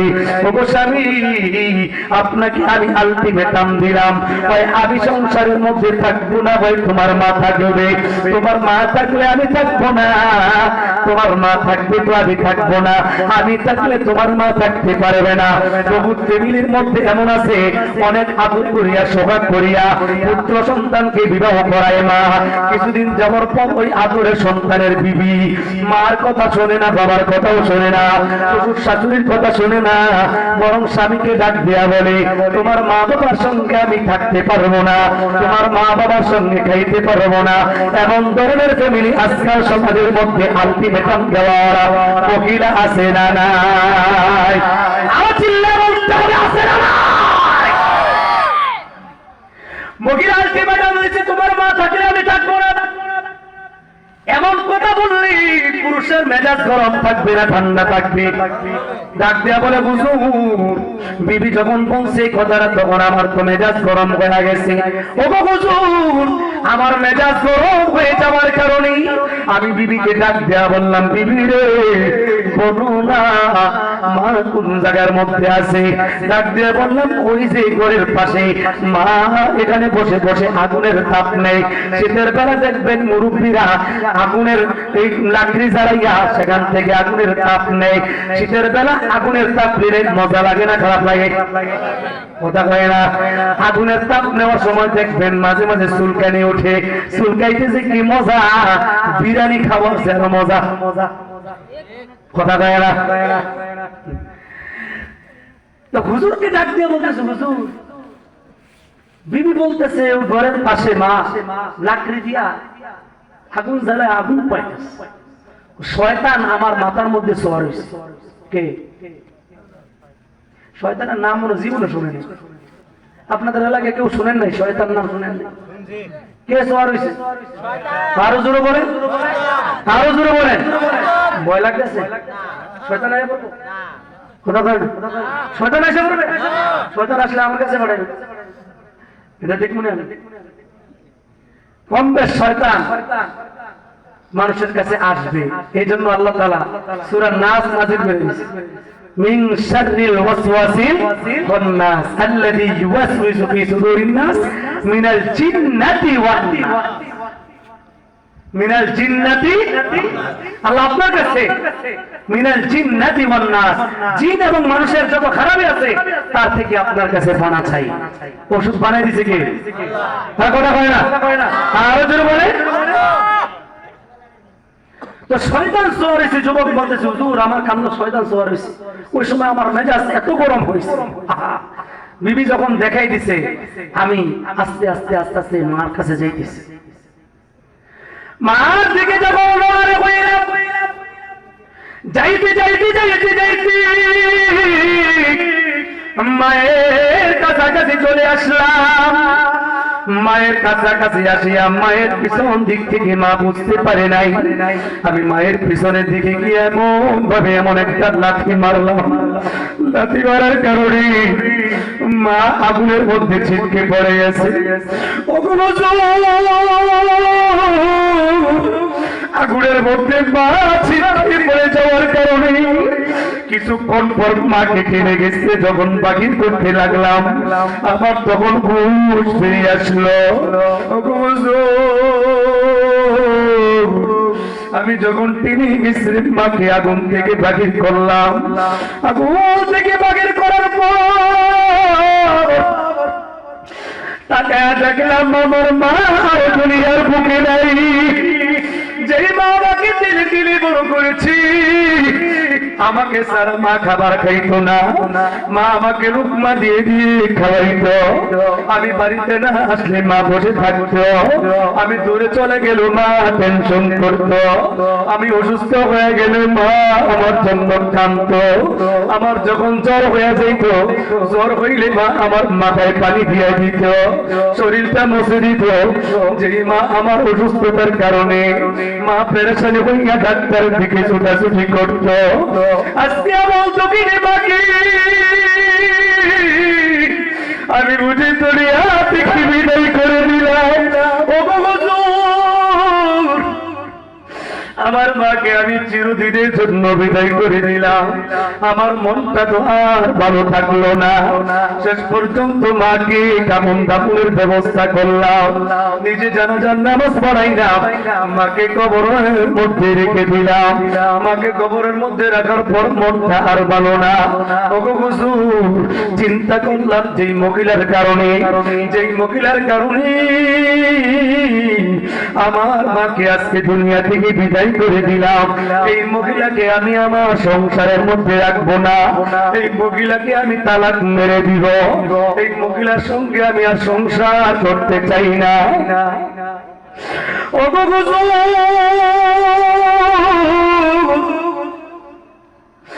আমি বাড়িতে চলে গেলাম। বাড়িতে যাওয়ার পর বিবিকে তালাক দিয়ে দিলাম। এবার আমি একা হয়ে গেলাম। কিছুদিন যাওয়ার পর চিন্তা ভাবনা করলাম আমি মায়ের সাথে যেমন আচরণ করলাম, মনে হয় আল্লাহ আমাকে কোনোদিন মাফ করবে না, মনে হয় আল্লাহ আমাকে ক্ষমা করবে না, কারণ আমি যে অপরাধ করেছি পৃথিবীর বুকে মনে হয় এমন অপরাধী কেউ নাই। আমি যে অন্যায় করছি এমন অন্যায় করনেওয়ালা মনে হয় পৃথিবীর বুকে কেউ নাই। আমি যে অপরাধ করছি আমার মতন অপরাধী আর কেউ নাই। আমার মতন অপরাধী আর কেউ নাই। চিন্তা করলাম যেই পা দ্বারা মাকে আঘাত করলাম, যেই পা দ্বারা মাকে লাথি দিলাম, এই পা দিয়ে আমি হাঁটতে চাই না, জমিনের মধ্যে চলতে চাই না। এই পা দুইটা এবার বাড়িতে যাওয়ার পর চিন্তা ভাবনা করলাম পা দুইটা রাখবো না। এবার হাত দিয়ে কোড়ালটা হাতে দিলাম, হাত দিয়ে দুইটা পা রশি দিয়া বাঁধলাম। রশি দিয়া বাঁধার পর আমি দুইটা পা কুড়াল দিয়া কেটে ফেললাম। কিছুদিন যাওয়ার পর আমার মন থেকে সন্দেহ দূর হয় নাই, পেরেশানি দূর হয় না। না জানি আল্লাহ আমাকে ক্ষমা করবে না, যে অপরাধ করছি অন্যায় করছি মনে হয় আল্লাহ আমাকে মাফ করবে না। মায়ের সাথে নাফরমানি করবো আর আল্লাহ জান্নাত দিবে সম্ভব না, কারণ যে আল্লাহ বান্দার ব্যাপারে বান্দির ব্যাপারে আল্লাহ তাআলা ঘোষণা দিয়েছেন তোমরা আব্বা আম্মার সঙ্গে সুন্দর আচরণ করবা। যে আম্মা আব্বা তোমাদেরকে 9 থেকে 10টা মাস পেটের মধ্যে বহন করছে, আমার আব্বা আম্মা তোমাদেরকে পেটের মধ্যে ধারণ করছে। ওই আম্মা ওই মা তোমার কাছ থেকে কোনোদিন ট্যাক্স নেয় নাই, কোনোদিন তোমার কাছ থেকে ভাড়া নেয় নাই, তোমার কাছ থেকে কোনোদিন বেতন নেয় নাই। তোমাকে 2.5 থেকে 2 বছর পর্যন্ত তোমাকে দুধ পান করাইছে। ওই মা তো কোনোদিন দুধ খাওয়ার কারণে বিনিময় চায় নাই। ওই মা কোনোদিন তোমার কাছ থেকে টাকা চায় নাই, পয়সা চায় না। এর সন্তান তোমাকে দুধ পান করাইলাম, বিনিময়ে তুমি আমাকে টাকা দিয়া দাও, পয়সা দিয়ে দাও, স্বর্ণ অলংকার দিয়ে দাও। এটা মা কোনদিন সন্তানের কাছে চায় না, এই জন্য মায়ের কখনো তুলনা হয় না। চিল্লা বলেন কথা ঠিক কিনা? अपने माँ बाप का तो दिन न धोखा, दिन न धोखा। अपने माँ बाप का तो दिन न धोखा, दिन न धोखा। अपने जन्नत को खुदा के लिए तू सब न बना, अपने जन्नत को खुदा के लिए तू सब न बना। अपने माँ बाप का तो दिन न धोखा, दिन न धोखा। अपने माँ बाप का तो न धोखा, न धोखा। बाप के प्यार से अच्छी कोई दौलत क्या है, मका आजल जो सलामत तो जन्नत किया है। बाप के प्यार से अच्छी कोई दौलत क्या है, मका आजल जो सलामत तो जन्नत किया है। राजी तो नबी, राजी राजी खुदा, राजी तो नबी, राजी राजी खुदा। अपने माँ बाप का तो दिन न धोखा, दिन न धोखा।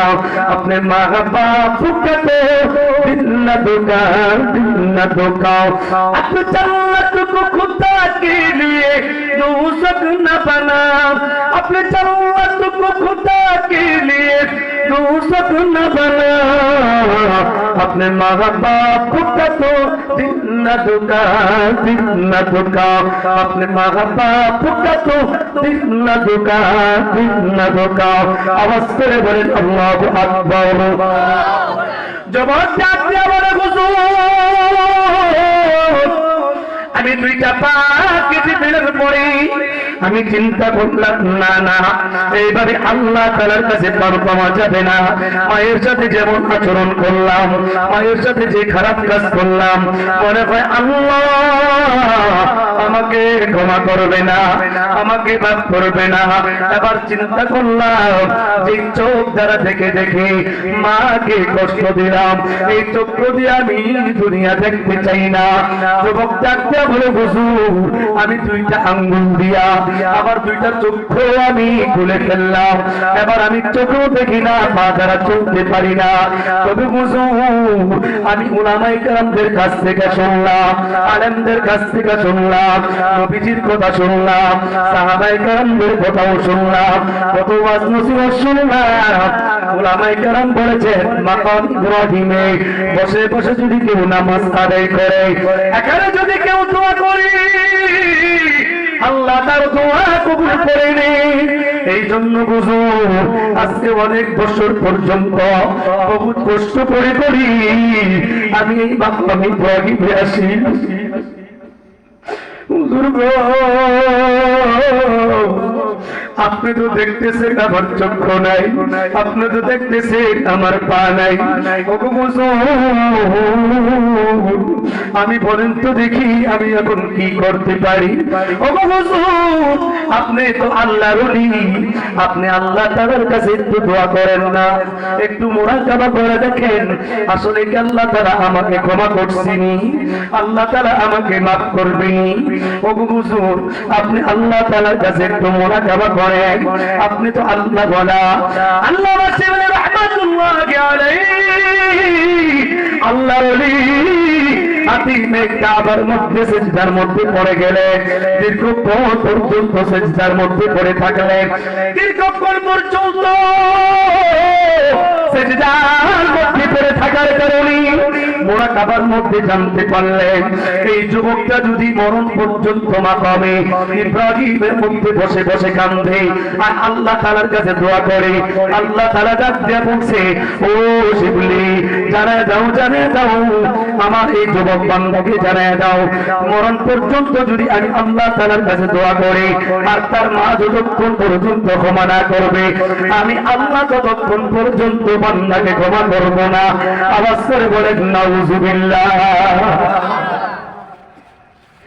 মা কত বড় দামি! যুবক ডাক দিয়া বলে হুজুর আমি এখন কি করতে পারি? হুজুর ডাক দিয়া বলে এখন একটা তোমার কাজ হলো, এখন তোমার কাজ হলো তোমার মায়ের কবরের কাছে যাও, মায়ের কবরের কাছে গিয়ে একটু দোয়া মুনাজাত করো, কান্নাকাটি করো, হতে পারে আল্লাহ তোমাকে মাফ করবে। এই জন্য বাবা আজকের এই মাহফিলের মধ্যে বাবা অনেক রাত হয়ে গেল, আজকের এই মাহফিলের মধ্যে অনেকের মা নাই, অনেকের বাবা নাই, অনেকের আদরের দাদা নাই, অনেকের আদরের দাদি নাই, যে দাদারা দাদিরা নাতিকে অনেক আদর করত, স্নেহ করত। এই বাবা আজকে যারা আপনার সন্তানকে মাদ্রাসায় দিয়েছেন, এই মাদ্রাসার মধ্যে দিলেন, আপনার সন্তানেরা হাফেজ হয়েছে, আপনার জন্য ভাগ্য বড় ভালো। আপনার এই সন্তানগুলা দেখবেন আপনি মারা যাওয়ার পর আপনার জন্য সূরা ইয়াসিন পড়বে, কোরআন শরীফ খতম করবে, সূরা ইখলাস পড়বে, ফাতিহা পড়বে, নানান ধরনের সূরা পড়ে পড়ে আপনার জন্য দোয়া করবে। আর যে সন্তানটা আপনার দিনের ইলম শিক্ষা দেন নাই, যে ছেলেটা ঠিক মতো নামাজ পড়ে না, যে ছেলেটা ঠিক মতো রোজা রাখে না, যে ছেলেটা কোরআন পড়তে পারে না, ওই ছেলেগুলো সহজে কিন্তু মায়ের কবরের কাছে যায় না, বাবার কবরের কাছে যায় না। আজকের এই মাহফিলের মধ্যে হাত জোর করে বলে যাব যার মা নাই যার বাবা নাই রে, তারা কারা তৈরি আছো? হুজুর আজকের মাহফিল থেকে ওয়াদা করলাম কমপক্ষে সপ্তাহে একদিন, সপ্তাহে না পারো কমপক্ষে 2 সপ্তাহে একদিন, 2 সপ্তাহে না পারো 3 সপ্তাহে একদিন, 3 সপ্তাহে না পারো মাসে একদিন কম করে করে আব্বা আম্মার জন্য সূরা ইয়াসিন পড়িয়া আব্বা আম্মার রূহের মাগফিরাত হিসেবে সওয়াব পাঠাবো। সূরা ওয়াকিয়া পড়ে পড়ে আব্বা আম্মার জন্য হিসেবে সওয়াব পাঠাবো। সূরা ইখলাস পড়ে পড়ে আব্বা আম্মার জন্য হিসেবে সওয়াব করব। সূরা ইখলাস যদি কোনো বান্দা একবার পড়তে পারে 10 পারা কোরআন তেলাওয়াত করলে যে সওয়াব, এই সওয়াব আল্লাহ দান করবেন। 2 বার যদি কোনো বান্দা সূরাটা তেলাওয়াত করতে পারে 20 পারা কোরআন তেলাওয়াত করলে যে সওয়াব, এই সওয়াব আল্লাহ তাআলা বান্দার আমলনামায় দান করবেন। পুরো আল্লাহ সূরাটা যদি 3 বার পাঠ করতে পারে রব্বুল আলামিন আল্লাহ এক খতম কোরআনের সওয়াব আল্লাহ তাআলা দান করবে। চিল্লায়ে বলি সুবহানাল্লাহ। আই বেরাদার দূরে ভাষা জিগারে বল, আই বেরাদার দূরে ভাষা জিগারে বল, ইয়ারে বদ বদ করব বদ আজমারে পল মারে বদ তন তোরা বচ্চা সোনা, ইয়ারে বদ বর জানে ইমান সোনা, ইয়ারে বদ ये जाई यारे को बेनाई ए बाबा करा करा তুই আছে যে হুজুর প্রত্যেকটা দিন না পারি, মাসে না পারি, সপ্তাহে না পারি, কমপক্ষে এক মাসের মধ্যে হলেও আব্বার কবরের কাছে যাওয়ার জন্য তৈরি রয়েছি। যারা কারা তৈরি আছে দুই হাত তুলে আল্লাহ তাআলাকে দেখা দাও।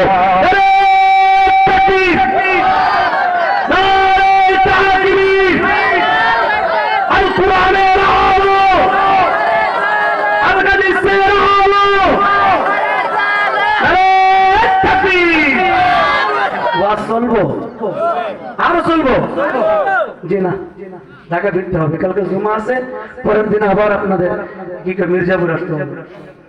যতটুকু আলোচনা করেছি আল্লাহ সুবহানাহু ওয়া তাআলা আমাদেরকে এখান থেকে শিক্ষা নেওয়ার আমল করবার তৌফিক দান করেন, সকলে বলি আমিন। এক নম্বর কথা, আখিরাতের প্রস্তুতি নেব। বলেন এক নম্বর কি? সবাই বলেন কি? দুনিয়ার প্রস্তুতির চাইতে আখিরাতের প্রস্তুতি বড়। দুনিয়া অস্থায়ী, জাগাতটা জাগাত থাকবে, কিন্তু আখিরাতে কবর সেরে যাওয়ার পরে আর কে হয়? আর কে হয়? এই জন্য প্রথমে আখিরাতের কথা স্মরণ করালাম। দুই নাম্বার, মা বাবার খেদমত, মা বাবার সাথে সুন্দর আচরণের কথা বলে গেলাম। আব্বা আম্মার সাথে সুন্দর আচরণ করবে তো ইনশাআল্লাহ। কথা পায় না, মা বাবার দিকে যদি কেমন এক নজরে তাকায় আল্লাহ তাআলা কবুল হবে করে দেন। সুবহানাল্লাহ। দুই নাম্বার আমলের কথা, বেশি বেশি গুনাহের জন্য আল্লাহ তাআলার কাছে তওবা করব। বলেন কি করব? আর জোরে বলেন। তিন নাম্বার আমল, আজকে যেহেতু আপনাদের মাদ্রাসার মাহফিল, এই মাদ্রাসা খারাপ বদনাম করবো না, ভালো গুণগুলা মানুষের কাছে প্রচার করব। ইনশাআল্লাহ। আল্লাহ তাআলা যেন এই মাদ্রাসাকে উস্তাদ, আসাতিজা کرام, ওলামায়ে আযম যারা মাদ্রাসার ছাত্ররা হাফেজ হয়েছে তারা সহ আর যারা হইতে পারে নাই আল্লাহ তাআলা সবাইকে কবুল করুন, সকলে বলি আমিন।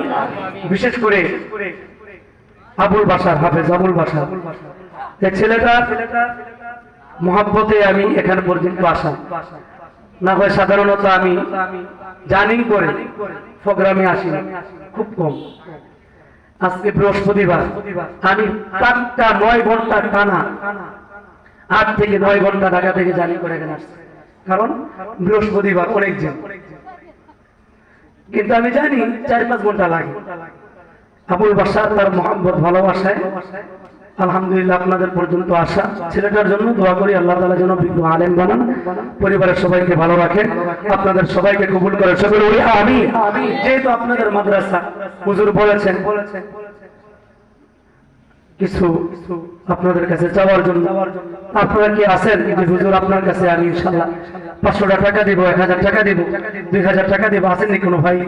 অল্প সময়ের ভিতরে মাশাআল্লাহ মাশাআল্লাহ বলবেন না? আমার তো বিয়ত কি জানেন, মুসল্লিরা যদি কথা না বলে আমি চুপ করে থাকি। হ্যাঁ, যত বড়ই মাহফিল কথা না বললে আমি বলবো, আমার কাজে লাগাই দিবেন, আমার চুপ করে থাকবেন, হবে না। ছাত্র হইতে হইলে কথা বলা লাগবে। বলেন দান করছে, ভালো করছে না খারাপ করছে? অনেকে বলেন অনেকে মেরেছে। দান করছে, ভালো হয়েছে না খারাপ হয়েছে? আরো জোরে বলতে হবে। এই ভালো কাজ করার জন্য কারা কারা রাজি আছেন? দুই হাত তোলেন।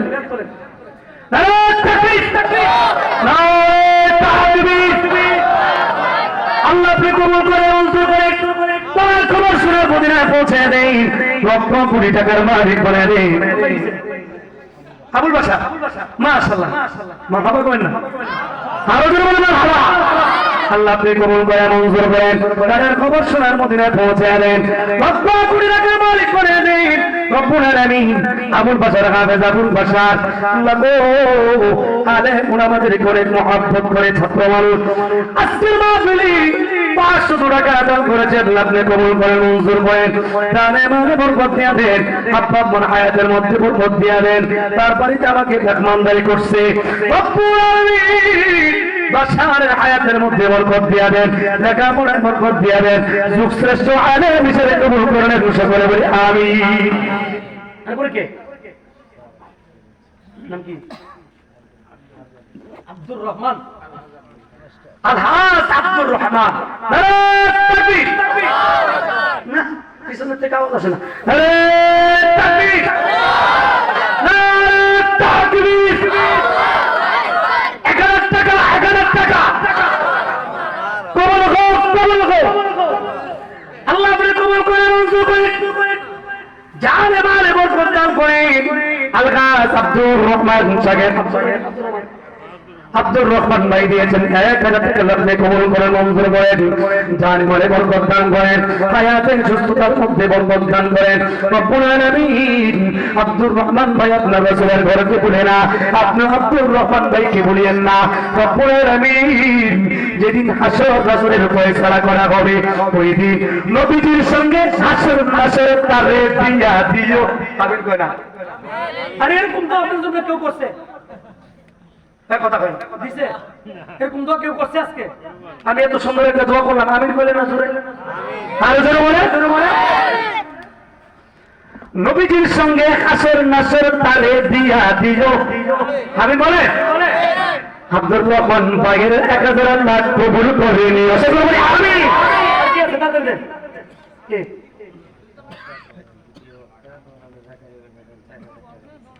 আচ্ছা আচ্ছা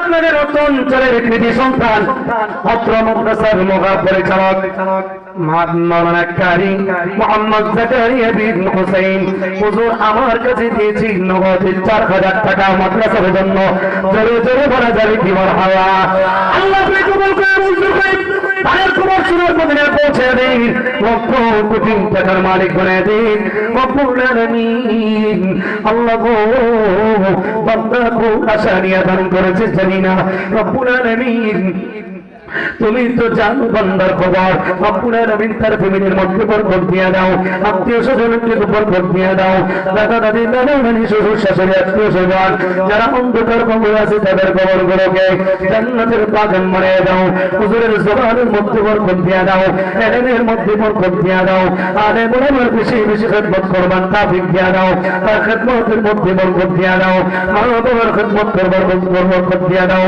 রব্বুল আলামিন বারবার নবীজির রওজা পাক জিয়ারত করবার মতন তৌফিক দিয়ে দাও জোরে জোরে বলেন আমিন আসলে করো ভাই আছে অনেকই আছে রঙিন এই পৃথিবী ছাড়তে হইবে সাদের এই দেহ মাটি খাইবে শূন্য হবে জিন্দেগানি কার লাগিয়া এত মায়া এত চোখের পানি রে বল কার লাগিয়া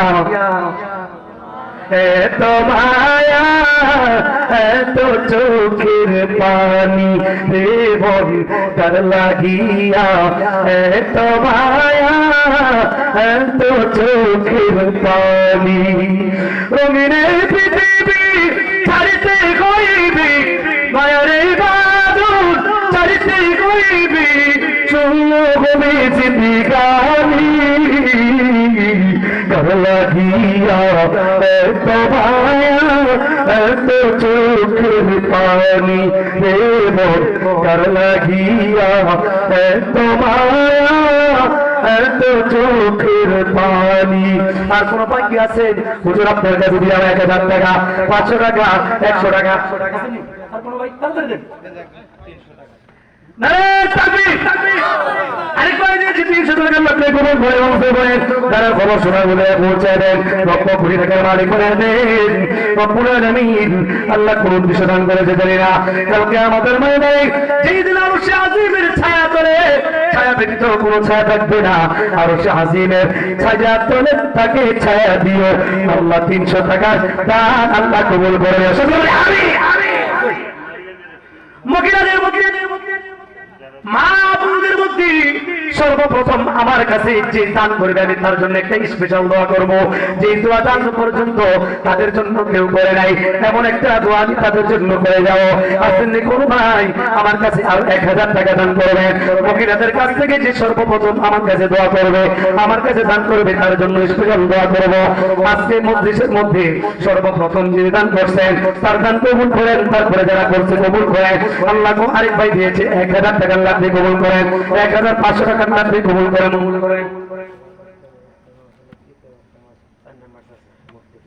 হ্যাঁ সব চাচা যারা তৃতীয় বক্তা মাওলানা মুফতি ইব্রাহিম খলিল সিরাজি হাফিজাহুল্লাহ কই নারে তাকবীর হুজুর খুব বড় মানুষ অনেক বিজ্ঞ আলেম ভালো মাদ্রাসায় পড়েছে ঢাকা শহর পড়েছে আমার সাথে কথা হয়েছে রব্বুল আলামিন হুজুর দিয়েছে 1500 টাকা আল্লাহ গো আজকের এই মাহফিলের বক্তা মাদ্রাসার প্রতি মহব্বত ভালোবাসা আছে তার আরো কয়েক জায়গায় মাদ্রাসা আছে মসজিদের খেদমত আছে আল্লাহ জানে মানে বরকত দিয়া দাও এলেম আমলের মধ্যে বরকত দিয়া দাও বাচ্চা কাচ্চার মধ্যে বরকত দিয়া দাও আল্লাহ তার ফ্যামিলি গোষ্ঠী বিয়াতের মধ্যে বরকত দিয়া দাও দাদা দাদির কবরে আল্লাহ আযাব দিও না নানা নানির কবরে আল্লাহ আযাব দিও না জোরে জোরে বলেন আমিন বাবা এখন একটু প্রখ্যাত বক্তা ছিল আরে আমার পাশে যিনি বসে আছেন আল্লাহু আকবার আপনাদের পরিচিত আনসারী সাহেব আল্লাহু আকবার আমি হুজুরকে দাদা ভাই ডাকি অনেক আগ থেকে এই আমার সাথে সাক্ষাৎ করার জন্য বসে আছে রাতে বাজে 12:30 প্রায় 1টার কাছাকাছি হ্যাঁ 15 মিনিট পরে 16-17 মিনিট পরে 1টা বাজবে এত রাত্রে মুরব্বী মানুষ বসে আছে নাতির ভালোবাসে বলেন কি এই ভালোবাসা আছে আপনাদের মধ্যে হুজুর না থাকলে এতক্ষণ বসে থাকতাম কথা কয় না হ্যাঁ এই যে দাদা ভাই দিয়েছে 500 টাকা আমার হাওয়া বলা যাবে আরো যাবে মারহাবা আল্লাহ আপনাকে কবুল করে তার কবর শোনার মধ্যে পৌঁছে দেন লক্ষ কোটি টাকার মালিক বানিয়ে দেন রব্বুল আলামিন আজকে আনসারী সাহেব দাদা ভাই দিয়েছে 500 টাকা আল্লাহ জানে মানে বরকত দান করেন রব্বের থেকে দূর করে দেন আল্লাহ জানে মানে হেফাজত করেন আল্লাহ খেদমতের মধ্যে বরকত দিয়ে দেন হায়াতের মধ্যে বরকত দিয়ে দেন আত্মীয় স্বজনদের সুস্থ সবাইকে সুস্থ রাখেন নাতি পুত্রের মধ্যে বরকত দিয়ে দেন আল্লাহ তার খেদমত জীবনের খেদমত গুলোকে কবুল করে মঞ্জুর করেন রব্বুল আলামিন আল্লাহ হায়াতের মধ্যে বরকত দিয়ে দেন আল্লাহ আমাকে অনেক মহব্বত করে ভালোবাসে সেই মহব্বত ভালোবাসা কিয়ামত পর্যন্ত কায়েম রাখেন রব্বুল আলামিন আত্মীয় স্বজন যারা অন্ধকার কবরে আছে দাদা দাদি নানা নানি শ্বশুর শাশুড়ি তাদের কবরে আযাব দিও না জোরে জোরে বলা যাবে কি আমিন ভাই আনিসুর রহমান সাহেব হ্যাঁ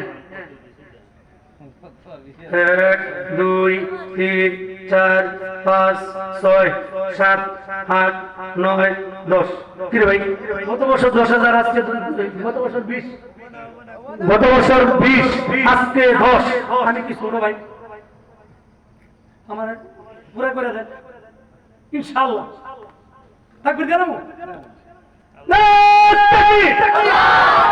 আপনাদের আগে মেহমান আসছেন ভাই আমার সম্মানটা রাখছে কি রাখেন আপনার একটা স্লোগান দিবেন জোরে জোরে হবে তো হ্যাঁ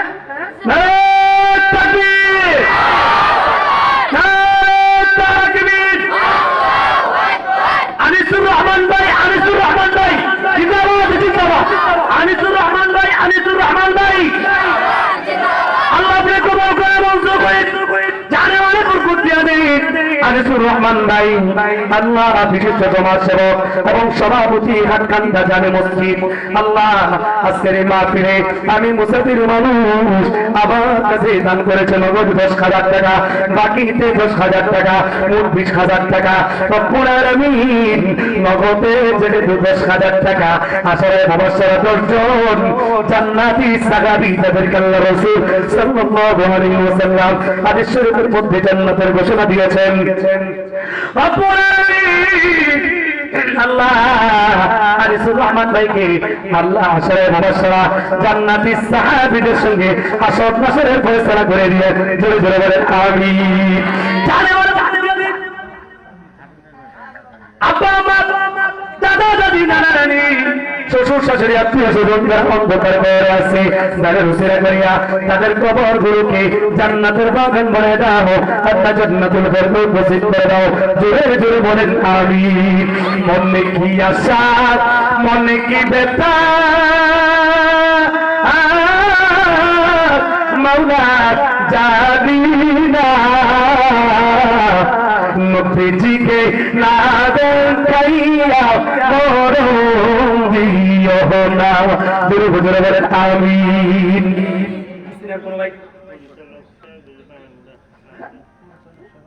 পরিচালক সাহেব উনি নি ভাই না আজকে বল তাকবীর আস্তে করে জোরে গো না এই 2000 সময় আমার ওয়াইফ ফোন দিছে। আরে ওয়াইফ ফোন দিলে তো ওয়াইফের ধরেন 20 আপনি 20 আপনি আমার ওয়াইফ 20 হ্যাঁ আপনি 20 কত হইলো 40 আর মনে মনে আছে 10 হইলো কত 50 বক্তা না তাকবীর আরে যেটা কথা ধরে কর একদিনে ঠেয়া দাও বলে আলোপাত দিবে ধীরে ধীরে ধীরে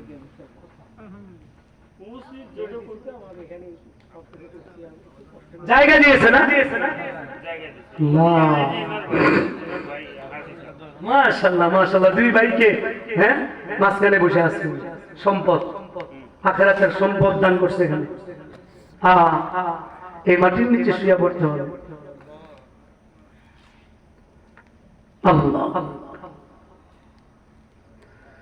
কত 22 আপনি যা বলেন ইনশাআল্লাহ আমি দিতে পারি। আমি কইছি 50 না তাকবীর 50 হাত একটু কমে কোন আচ্ছা আচ্ছা আচ্ছা আল্লাহ হেফাজত করে দোয়া করুন মনে কোন তাড়াতাড়ি আমার সময় না ফিরতে হবে বলেন আপনি দিয়ে দেন দোয়া করে দেন আপনাদের বাপ মা সব কবরের মাঝে কি আছে ইনশাআল্লাহ। আচ্ছা তো 20,000 কমাই দিছি ঠিক আছে। নারায়ে তাকবীর আল্লাহ বলে কোন করবেন ফয়জি সাহেব নিজামত নগর ওয়াজিব ভূমিকা দাত্র মাদ্রাসা আল্লাহ তে কবুল করে মঞ্জুর করেন তাদের খবর শোনার মধ্যে পৌঁছে দেন লক্ষ কোটি টাকার মালিক বানিয়ে দেন আল্লাহ গো। দুনিয়ার বুকে জান্নাতের বাগানে জায়গা দিয়েছে জমি দিয়েছে বক্তা মানুষ সমাজ মানুষ জবানের বরকত দিয়ে দাও হায়াতে বরকত দিয়ে দাও সফরের বরকত দিয়ে দাও আল্লাহ। আমি মুসাফির মানুষ সমাজের আমার কাছে দিবে 20,000 টাকা আল্লাহ। দাদা দাদি নানা নানি আত্মীয় স্বজন যারা অন্ধকার কবরে আছে তাদের কবরের মধ্যে আযাব দিও না। তনকারীর মাথা পিতা আল্লাহ সুখে রাখো কবরে নূরের টুপি পরাইয়া উঠাইও কাল হাসরে। জোরে জোরে বলেন আমিন। আসিয়া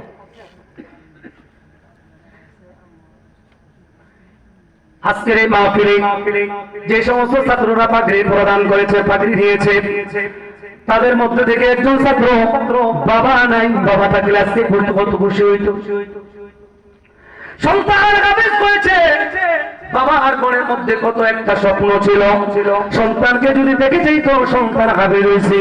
এমন একজন এতিম সন্তান মা আছে, মা অসুস্থ দোয়া চেয়েছে আল্লাহ গো এই হাফেজ ছাত্রটা দিয়েছে আমার কাছে 500 টাকা আল্লাহ আপনি কবুল করেন মঞ্জুর করেন জানে মনে বরকত দিয়ে দেন আল্লাহ তার আব্বাকে মাফ করে জান্নাতবাসী করেন। সুস্থতার মধ্যে বরকত দিয়ে দিন, মায়ের হায়াতের মধ্যে বরকত দিয়ে দেন, মাদ্রাসার ছাত্রের মধ্যে যেখান থেকে বানায় দেন যুগশ্রেষ্ঠ আলেম হিসাবে কবুল করেন। জোরে বলেন আমিন। আমিন।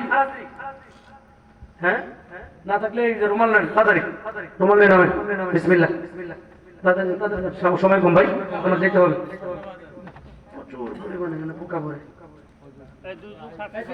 বলেন লা ইলাহা ইল্লাল্লাহ, লা ইলাহা, বিসমিল্লাহ করে পকেটে হাত দেন। লা ইলাহা ইল্লাল্লাহ, লা ইলাহা ইল্লাল্লাহ, লা ইলাহা, জোরে লা ইলাহা, লা ইলাহা, লা ইলাহা ইল্লাল্লাহ, লা ইলাহা। দেন ভাই দেন, তাড়াতাড়ি দেন।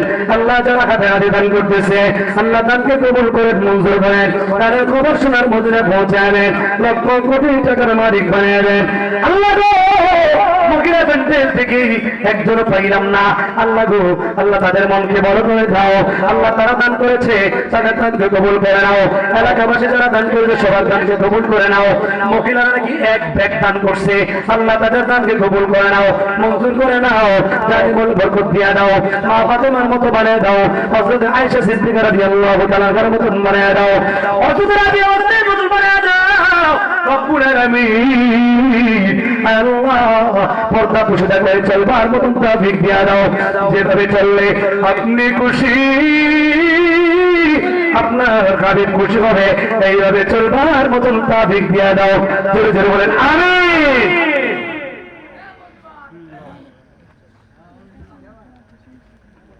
দর্শনী পড়ি কথা আছে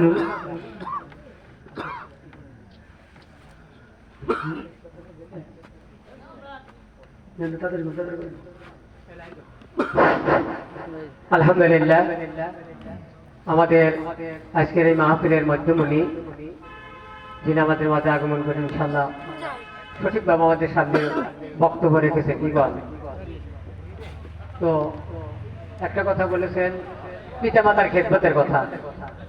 ইন্নাল জান্নাতা তাহতা আকদামিল উম্মাহাত, মায়ের পায়ের নিচে হলো সন্তানের বেহেশত। সুবহানাল্লাহ। সেই মায়ের খেদমতের কথা বলেছেন, আল্লাহর ইবাদতের কথা বলেছেন।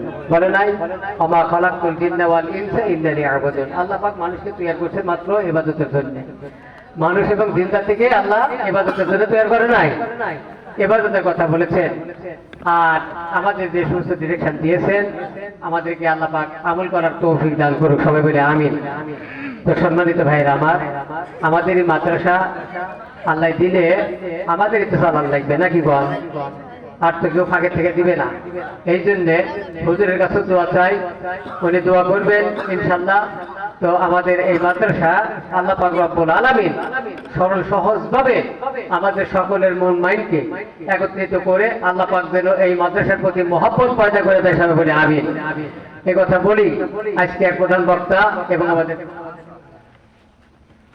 মধ্যমণি উনি দোয়া করবেন, এর আগে আমাদের প্রধান অতিথি কথা বলবেন।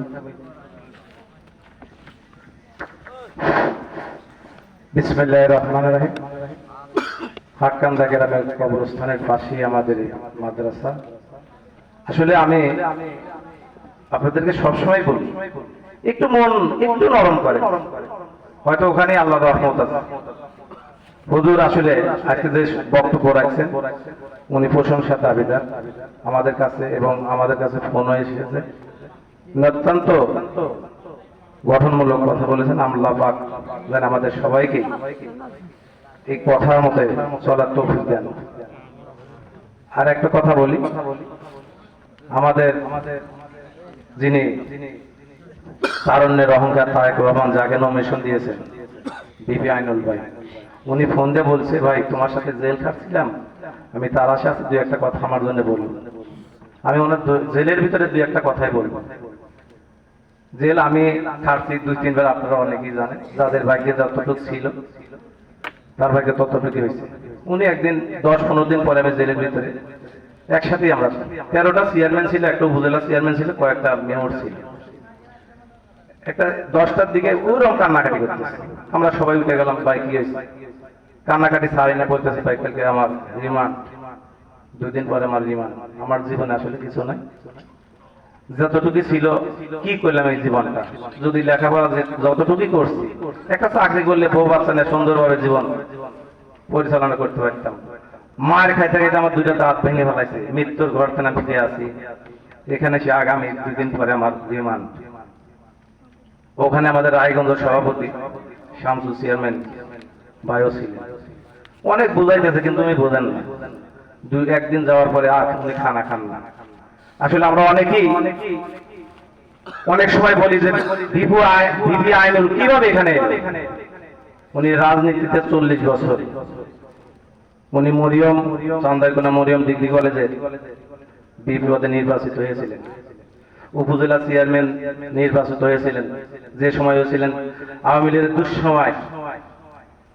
একটা কথা বলি, সবাই মধু খাইতে চায়, মৌমাছির কেউ কামড় খাইতে চায় না। আমি আপনাদেরকে বিনয়ের সাথে একটা কথা বলবো, যোগ্য ব্যক্তি যোগ্য লোক নমিনেশন পেয়েছে। আমরা একটা কথাই বলি, ওনার জন্য আমরা দোয়া করব। আল্লাহ পাক যারা সঠিক ভালো, ওনার মাধ্যম দিয়ে যদি আমাদের সঠিক নেতৃত্ব দেওয়া, আমরা জানি ওনাকে দোয়াও করবো। একটা কথা বলে, দোয়ার সাথে আমরা দাওয়াও করবো। আমি ওনার পক্ষ থেকে উনি ফোন দিয়েছিলেন। আসলে যে যারা খেটেছে, যারা একসাথে থাকছেন, আসলে রক্তের সাথে গভীর একটা সম্পর্ক হয়। জেলখানা এমন একটা জিনিস, কে আপন কে পর ওইটা দেখে না। আমি ওনার দীর্ঘ আয়ু এবং মঙ্গল কামনা করছি এবং সবার কাছে দোয়ার দরখাস্ত করি। এবং আমাদের গ্রামের যারা ময়মুরব্বী এবং দূর দূরান্ত থেকে এই জলসায় এসেছেন, সবারই সুস্বাস্থ্য মঙ্গল কামনা করছি। আপনাদের একটা অনুরোধ করি, সেটা আমরা ওই মুসলিম এলাকা, আসলে যেখানে জলসায় 2 ঘন্টা 3 ঘন্টা, দেখেন আমাদের হাটকান্দা আমতলাতে রাষ্ট্রলে এখনো যা দেখেন কত মানুষ বসে আছে। এখানে আমরা যদি 2 ঘন্টা 3 ঘন্টা, প্রতিদিনও হয় না, বছরে হয়তো 2 দিন বা 3 দিন। আমি অনুরোধ করব যে আমরা নেক্সট টাইমে একটুখানি সময় দিই। আমাদের সময় অনেক টাইম নষ্ট হয়ে যায়। আমি বারবারই একটা কথা বলছি যে আমরা সবাই বসি, টাকা হয়তো আমরা দিতে পারলাম না, এখানে বসে তো থাকতে পারবো না, কার জেল জরিমানা তো এখানে হবে না, খুব কষ্ট লাগে। দেখেন আপনারা সবাই জানেন, আমরা আপনাদের জন্য যতটুকু পারি সব ধরনের ব্যবস্থা করছি, কিন্তু লাস্টে এসে আমাদের এত কষ্ট দেন, খুব খারাপ লাগে, মনের থেকে অনেক কষ্ট লাগে। আমরা গ্রামের মানুষ, আপনাদেরই সন্তান। এক জায়গায় 2-3 ঘন্টা যদি নষ্ট করি, নষ্ট না এটা, এই সময়টাই আপনাদের জীবনে কাজে আসবে। আর একটা কথা বলি, আমাদের এই মাদ্রাসার সাথে যারা জড়িত আছে, বিশেষ করে আমাদের মৃত হোসেন কাকার ছেলে, আসলে আমরা আলেম বংশের ভিতরে যদি আমরা অত্র এলাকার ভিতরে গবেষণা করি, আল্লাহ পাক জানি না এই বংশটা আসলে আলেমের বাগান, প্রশংসা আমরা করতে জানি না। আমাদের দুঃখের বিষয়টা, একটা ভালো মানুষের ভালো কথা বলবেন, অনেকের মানতে অনেক কষ্ট লাগে। একটা হাফেজ তুমি বানাইয়ে দেখো, অনেক সম্পদের মালিক তুমি হতে পারো, অনেক কিছু হতে পারো, কিন্তু নিজে নিজে একবার ভাইবো যে আলেম সমাজের ভিতরে হাফেজ যারা সাহেব আছে, যারা অর্জন করছে, কত কঠিন কাজ।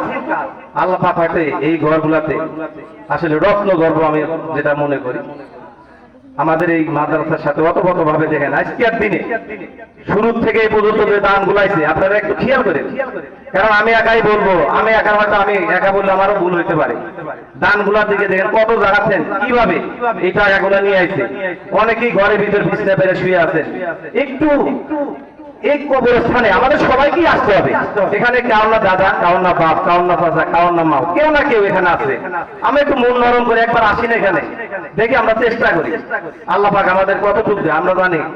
তিনি নিজে বলছেন, আমরা যদি হাত বাড়াই তার হাত আমরা প্রশস্ত করে দেবো, নিজেই সে বলছেন সদাবদ্ধ। আসলে আমার যদি কথার মাধ্যমে ভুল টুটি হয়ে থাকে, আমাকে অবশ্যই ক্ষমার দৃষ্টি দেখবেন। আমি আমার এই বক্তব্য শেষ করছি। সবাই শুভাকাঙ্ক্ষা এবং সুস্বাস্থ্য কামনা করে আমি শেষ করছি। আসসালামু আলাইকুম রহমতুল্লাহ। এখন দোয়া হবে। আজকের প্রধান বক্তা তাকে দোয়া পরিচালনা করার জন্য বিশেষভাবে অনুরোধ করছি। আলহামদুলিল্লাহ, মহিলা প্যান্ডেল থেকে আবারও অনেকগুলো টাকা আসছে, আবার অনেকে দান করছেন। আবুল বাসার মরহুম দাদা দাদের জন্য দোয়া চেয়েছে, 500 টাকা দান করেছেন। নানা নানির জন্য দোয়া চেয়েছেন, 500 টাকা দান করছেন। আমরা দর্শক বলি আল্লাহুম্মা সাল্লি আলা মুহাম্মাদ ওয়া আলা আলি মুহাম্মাদ কামা সাল্লাইতা আলা ইব্রাহিম ওয়া আলা আলি ইব্রাহিম إنك حميد مجيد اللهم بارك على محمد وعلى آل محمد كما باركت على إبراهيم وعلى آل إبراهيم إنك حميد مجيد اللهم آمين ربنا ظلمنا أنفسنا وإن لم تغفر لنا وترحمنا لنكونن من الخاسرين ربنا فاغفر لنا ذنوبنا وكفر عنا سيئاتنا وتوفنا مع الأبرار رب ارحمهما كما ربياني صغيرا رب ارحمهما كما ربياني صغيرا رب العالمين আল্লাহ দীর্ঘক্ষণ পর্যন্ত কোরআন হাদিস থেকে আলোচনা করার পর আল্লাহ মাগরিবের পর থেকে বিভিন্ন আলেম উলামার আলোচনা করেছি, আমি ওদের আলোচনা করেছি। সমস্ত ভুল ভ্রান্তি ক্ষমা করিয়াম। আখির নামদার তাজদার মদিনা ফখরুল আলম নবীজির সোনার সেই সুদূর মদিনায় সবুজ গম্বুজের মিনারের নিচে হাদিয়াগুলো পৌঁছে দাও। আজকের মাহফিল কবুল আর মঞ্জুর করে নাও, আজকের আলোচনা কবুল আর মঞ্জুর করে নাও রব্বুল আলামিন। আল্লাহ আজকের মাহফিল যারা আয়োজন করেছে, মাদ্রাসা কমিটি, এলাকাবাসী, মুসল্লি, আল্লাহ মাদ্রাসার ছাত্র আসহাবে কেরাম, আল্লাহ সবাইকে কবুল আর মঞ্জুর করে নাও। মাহফিলের ওসিলা করিয়া জিন্দেগীর সব গুনাহগুলো মাফ করে দাও। ইচ্ছা আর ইচ্ছা প্রকাশ্যে গোপনে জানা অজানা শিরক বেদাতে কুফরি সগীরা কবিরা ছোট অন্যায় হয়ে গেছে, সব অন্যায় বাকের পানি করে মাফ করে দাও রব্বুল আলামিন। আল্লাহ আজকে মাহফিল করতে গিয়ে যারা বুদ্ধি দিয়েছে, পরামর্শ দিয়েছে, আল্লাহ টাকা দিয়েছে, পয়সা দিয়েছে, আল্লাহ দান করেছে, সবার দানকে কবুল করে নাও, সবার বুদ্ধি পরামর্শ কবুল আর মঞ্জুর করে নাও। অত মাদ্রাসা কবুল করে নাও, মঞ্জুর করে নাও, মাদ্রাসার জমিদাতা কবুল আর মঞ্জুর করে নাও আল্লাহ। মাদ্রাসার আসহাবে কেরাম ছাত্র কবুল আর মঞ্জুর করে নাও আল্লাহ। মাদ্রাসার সাথে যারা সম্পৃক্ত আছে আল্লাহ সবাইকে মাফ করে দাও। এলাকার মধ্যে যারা অন্ধকার কবরে গ্রস্ত বসে আছে আল্লাহ তাদের কবরগুলোকে জান্নাতের বাগান বানিয়ে দাও, আরামের জায়গা বানিয়ে দাও, শান্তির জায়গা বানিয়ে দাও রব্বুল আলামিন। আমরা যারা হাত তুলেছি জানি না গো আল্লাহ, আমাদের মধ্যে কার জানি মা নাই, কার জানি বাবা নাই, দাদা দাদি, নানি নানি, শ্বশুর শাশুড়ি, আত্মীয় স্বজন, পাড়া প্রতিবেশী, এই যারা অন্ধকার কবরে আছে তাদের কবরগুলোকে জান্নাতের বাগান বানিয়ে দাও রব্বুল আলামিন। আমরা যারা বেঁচে আছি বেশি বেশি ভালো কাজ করবার তৌফিক দাও আল্লাহ, গুনার কাজ থেকে বেঁচে থাকবার তৌফিক দাও, আমাদের রিজিকের মধ্যে বরকত দিয়ে দাও আল্লাহ। মেহমানদের যথাযথ খিদমত করবার তৌফিক দাও আল্লাহ, মেহমানদের যথাযথ খিদমত করবার তৌফিক দাও আল্লাহ।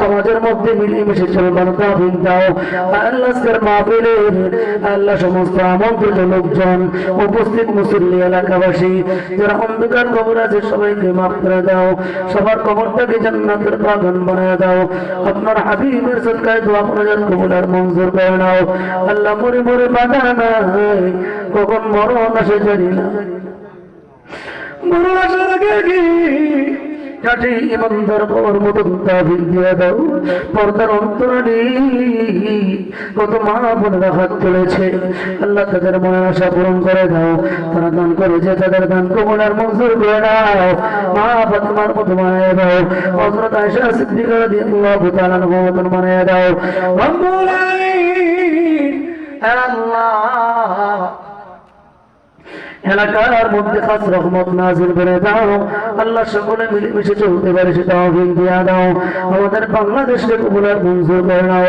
সমস্ত খারাপি থেকে বাংলাদেশকে হেফাজত করে নাও সারা বিশ্বের মুসলমানদেরকে হেফাজত করে নাও যেখানে যেখানে মুসলমান নির্যাতিত নিপীড়িত সেখানে মুসলমানদেরকে সাহায্য মুসলমান করে দাও কাফের মুশরিক বেঈমানদের হেদায়েত থাকলে হেদায়েত দাও আর হেদায়েত না থাকলে খালাকার ধ্বংস করে দাও আমাদের ঈমান আমল নিয়ে চলবার তৌফিক দাও আগামী দিনগুলোর মাহফিলগুলোকে আল্লাহ যত সুস্থতার সাথে পালন করবার তৌফিক দিয়া দাও আল্লাহ আমি সুদূর থেকে আসলাম আল্লাহ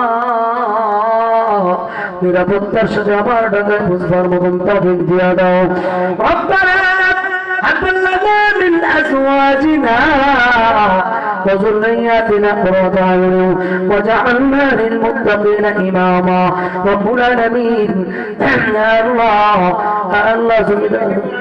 الله আমার স্টেজের মধ্যে যারা বসা আছে সবাইকে কবুল আর মঞ্জুর করে নাও উপস্থিত যারা আছে আল্লাহ মুসল্লি সবাইকে কবুল আর মঞ্জুর করে নাও আল্লাহ আমার আম্মা অসুস্থ আমার আম্মা আজকে আল্লাহ আমাকে বলেছে মাথা ব্যথা অনেক অসুস্থ জ্বর আব্বা আম্মাকে অসুস্থতা থেকে সুস্থতার নিয়ামত দিয়ে দাও আয়াত সুস্থতার মধ্যে বরকত দিয়ে দাও বাংলাদেশের মধ্যে কোরআনের আইন চালু করে দাও ইসলামের বিজয় দিয়ে দাও আল্লাহ আল্লাহ ইসলামের বিজয় দিয়ে দাও কোরআনের বিজয় দিয়ে দাও আল্লাহ কোরআনের পক্ষে আল্লাহ আপনি ফয়সালা করে দিয়েন রব্বানা হামলা আল্লাহ সুবহানাহু ওয়া তাআলা وجعلنا للمتقين إماما رب العالمين যেদিন আজরাইল আমাদের জানলে টান দেবে ওই কঠিন মুহূর্তে স্ত্রী পরিবার টাকা পয়সা কোনো কাজে আসবে না ওই কঠিন মুহূর্তে আল্লাহ নবীজির নূরের চেহারা মোবারক দেখাইয়া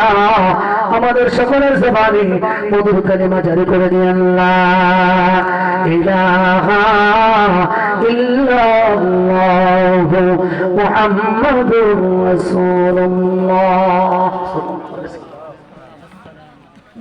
আলাইহি ওয়া বারাকাতুহু